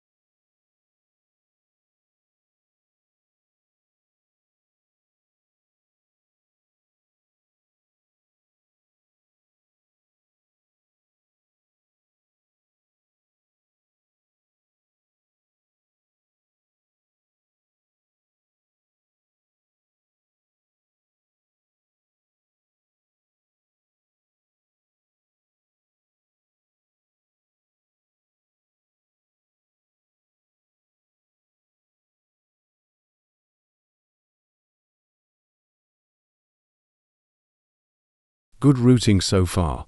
BeautyInDiscovery skips the extra chest here, but that's perfectly fine.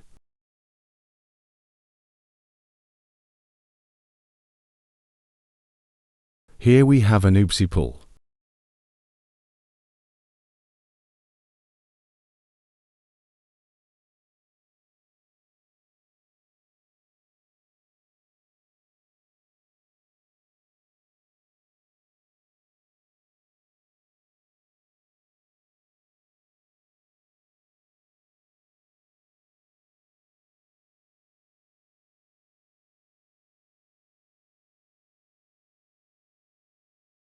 And we arrive at the grind spot. BeautyInDiscovery is fairly underleveled at the moment, so it would be understandable to see some time spent here.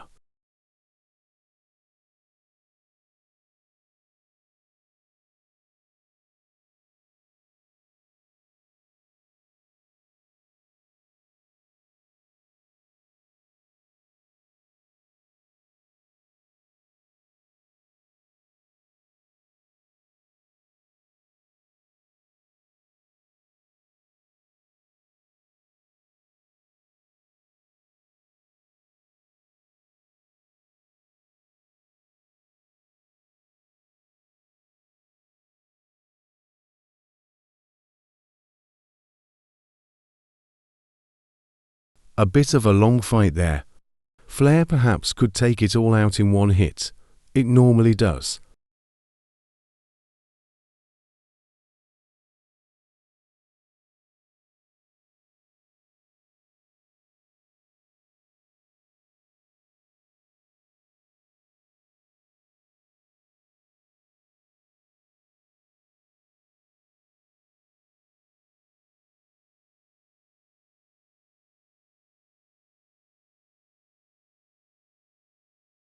It does in fact clear things in one hit.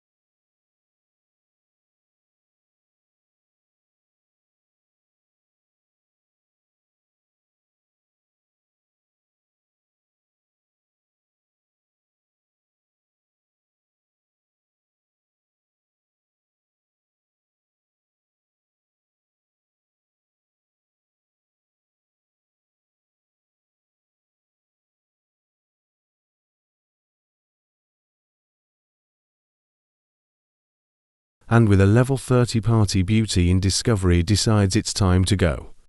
To recap our character situation, BeautyInDiscovery missed the Magus pickup after Cathedral and reset out of Dactyl Nest, so Ayla is also off the table.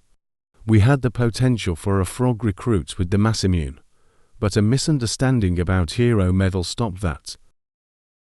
These little things are understandable for someone that is learning, of course. This is only coming up because the elevator is going to be here soon, and while this party can take on the last fight with single target magic, our ability to efficiently clear it is not there.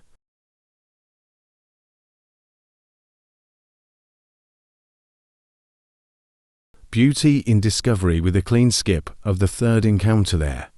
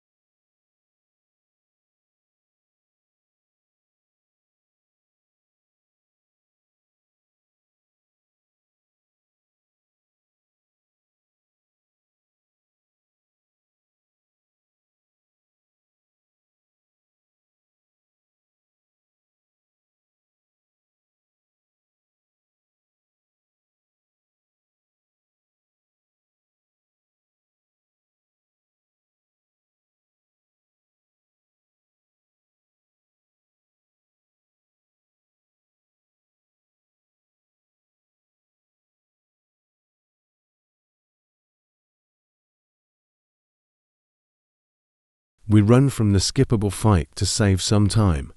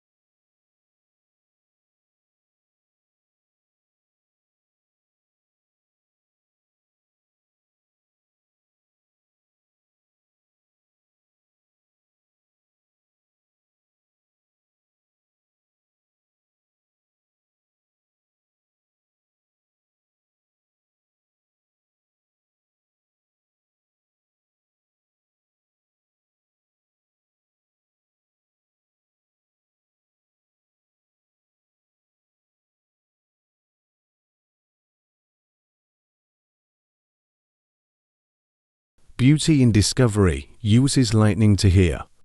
While it will take out the yellow scouts, we will be locked into heavy counterattacks from the rest. It's probably survivable, but not ideal.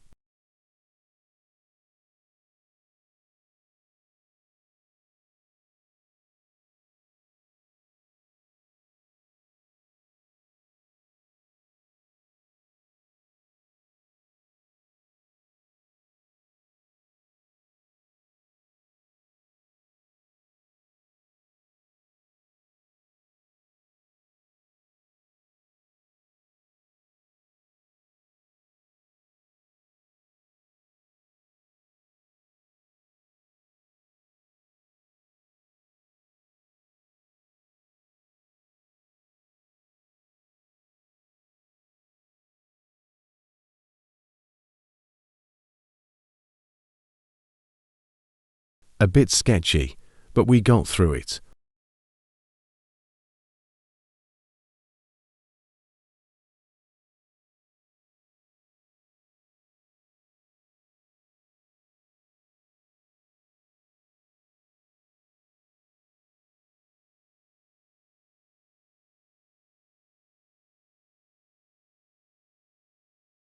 A valiant effort on the scout skip, but the mechanical weirdness comes out on top.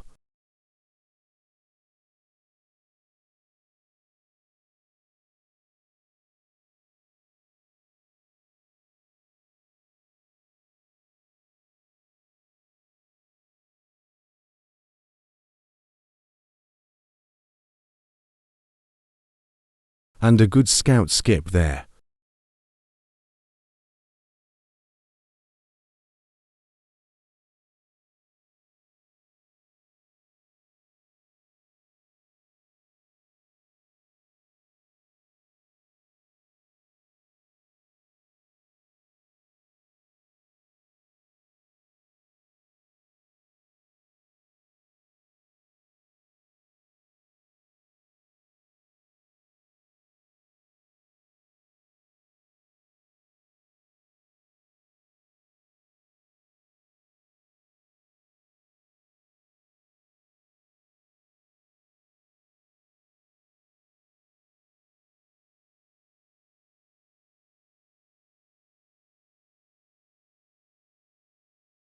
Let's see how BeautyInDiscovery handles this.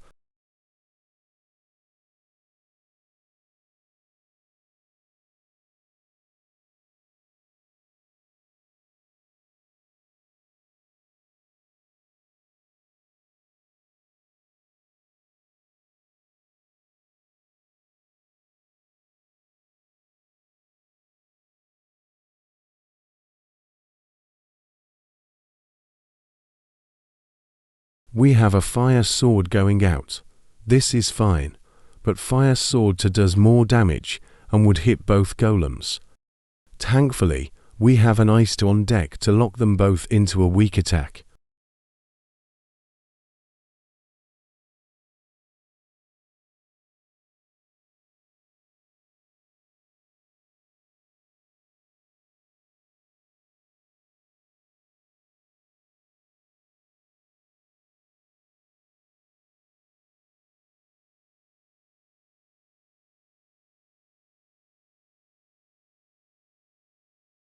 In a repeat of the fire sword thing, we have an ice sword one going out.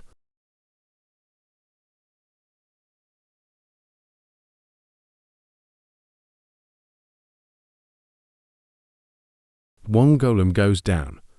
One benefit of not hitting both golems with our elemental swords is that they both die at different times, and thus your odds of being taken out by the burp are reduced.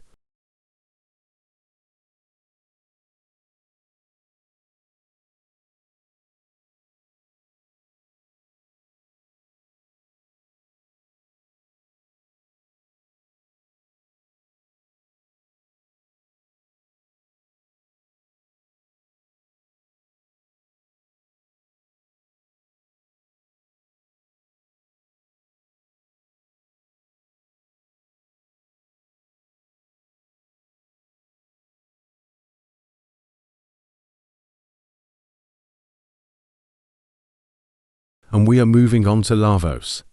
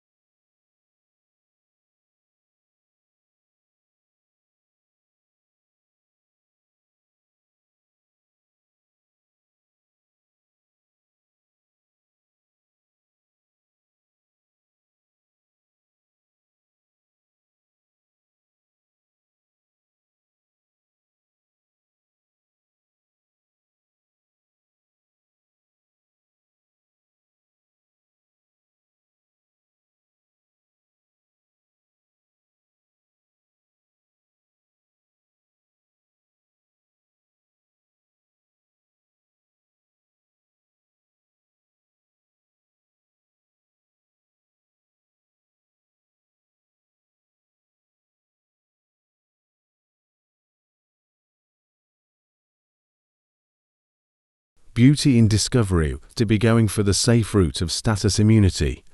This is generally a good idea.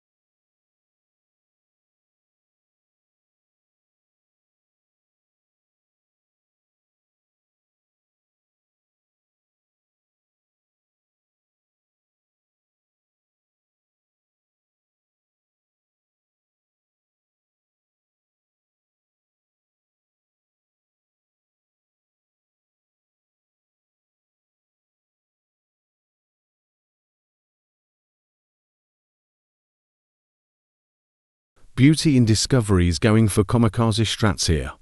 Lavos does not have a large HP pool, so with good damage output, you can get through it very quickly by not healing. This is of course a risky strategy. The party-wide damage adds up quickly here.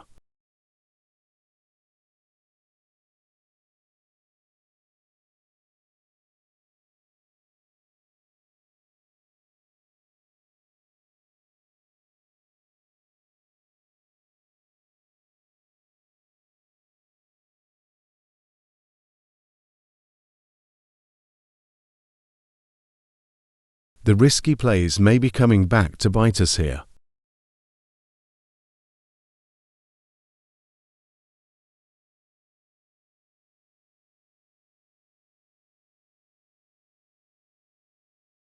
But if you were counting HP here, you knew that victory was assured when Chrono managed to survive.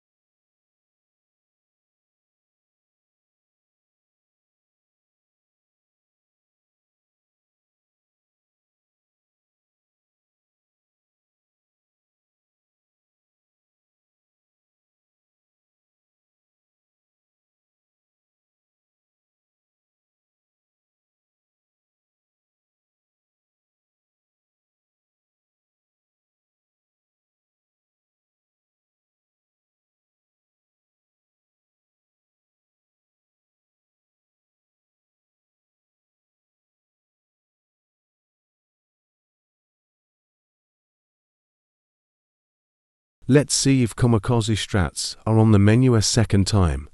On this phase, probably not. Marl and Luca are very vulnerable to physical, so they should stay topped off whenever possible. Because there are two arms here, screen-wide attacks are twice as good. We can use Luca to get through this phase and Chrono Marl can heal us up. We can also do the exact opposite of all of that. As long as you survive, it doesn't really matter what you do to get through.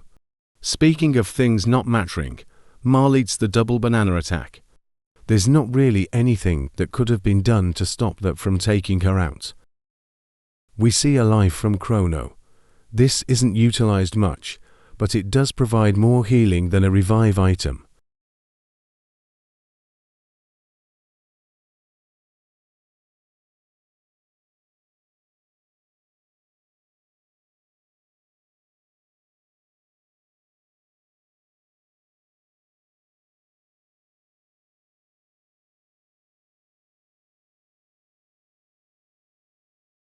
Lavos really doesn't like Marl.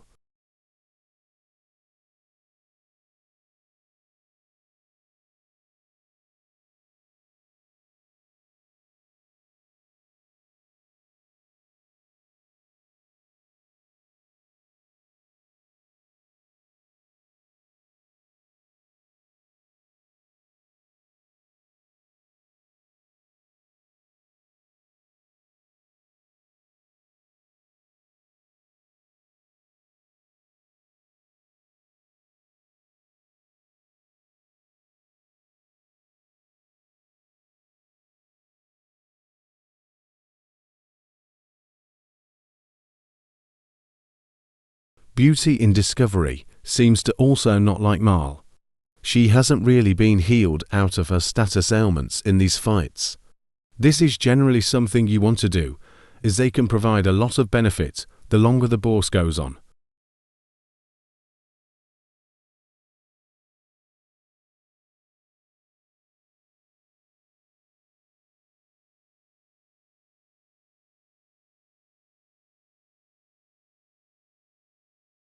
Thankfully, however, Chrono and Luca do enough damage to get through the boss in one cycle.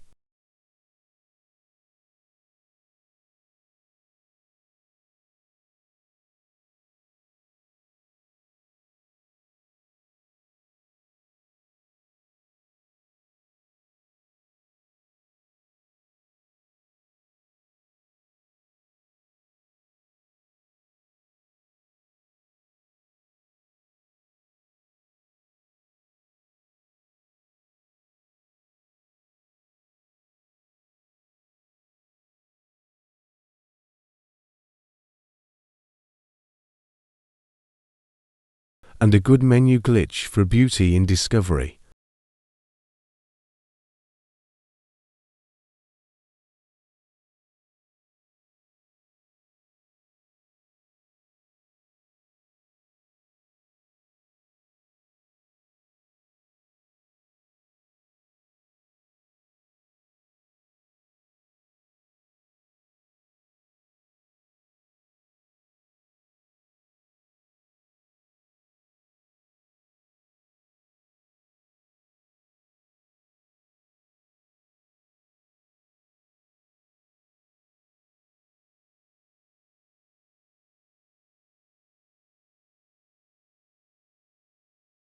Notably, the sunshades were left unequipped here.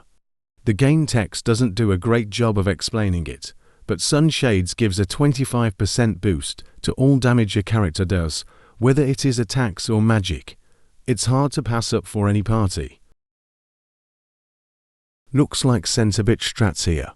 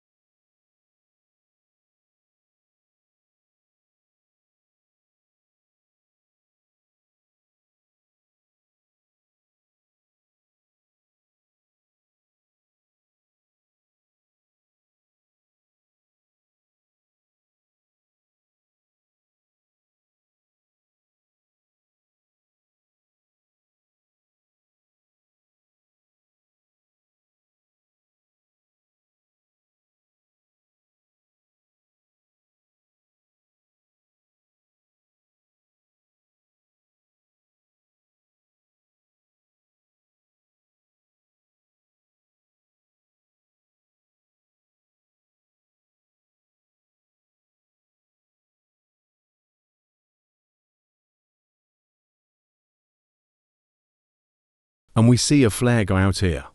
While this is Luca's best damage option in a single tech, this will trigger the counter attack with the middle bit down, which may knock Luca out.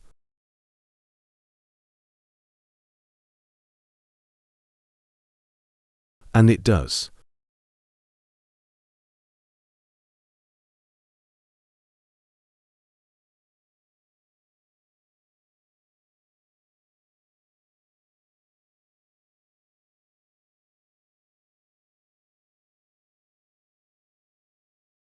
For this reason, it's generally recommended to take the safe path and not trigger the counters. Turns spent on healing in the final fight can really add up with the chaotic nature of these bosses, and the high amount of damage is it to put them down. The middle bit comes back up. There is a perfect time to spam out some screen clears, and this is it.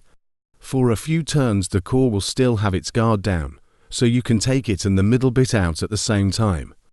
Count the HP, of course, so you don't trigger another counter.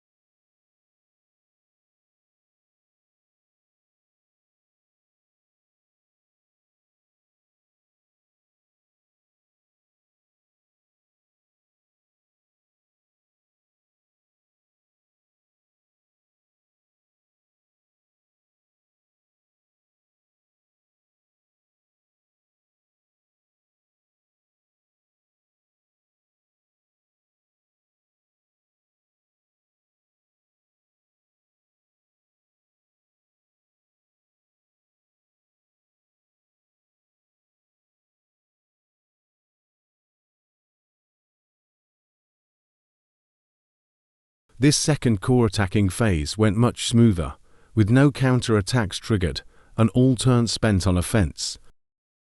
And with a time of 2 hours 27 minutes and 32 seconds, BeautyInDiscovery wraps up this race.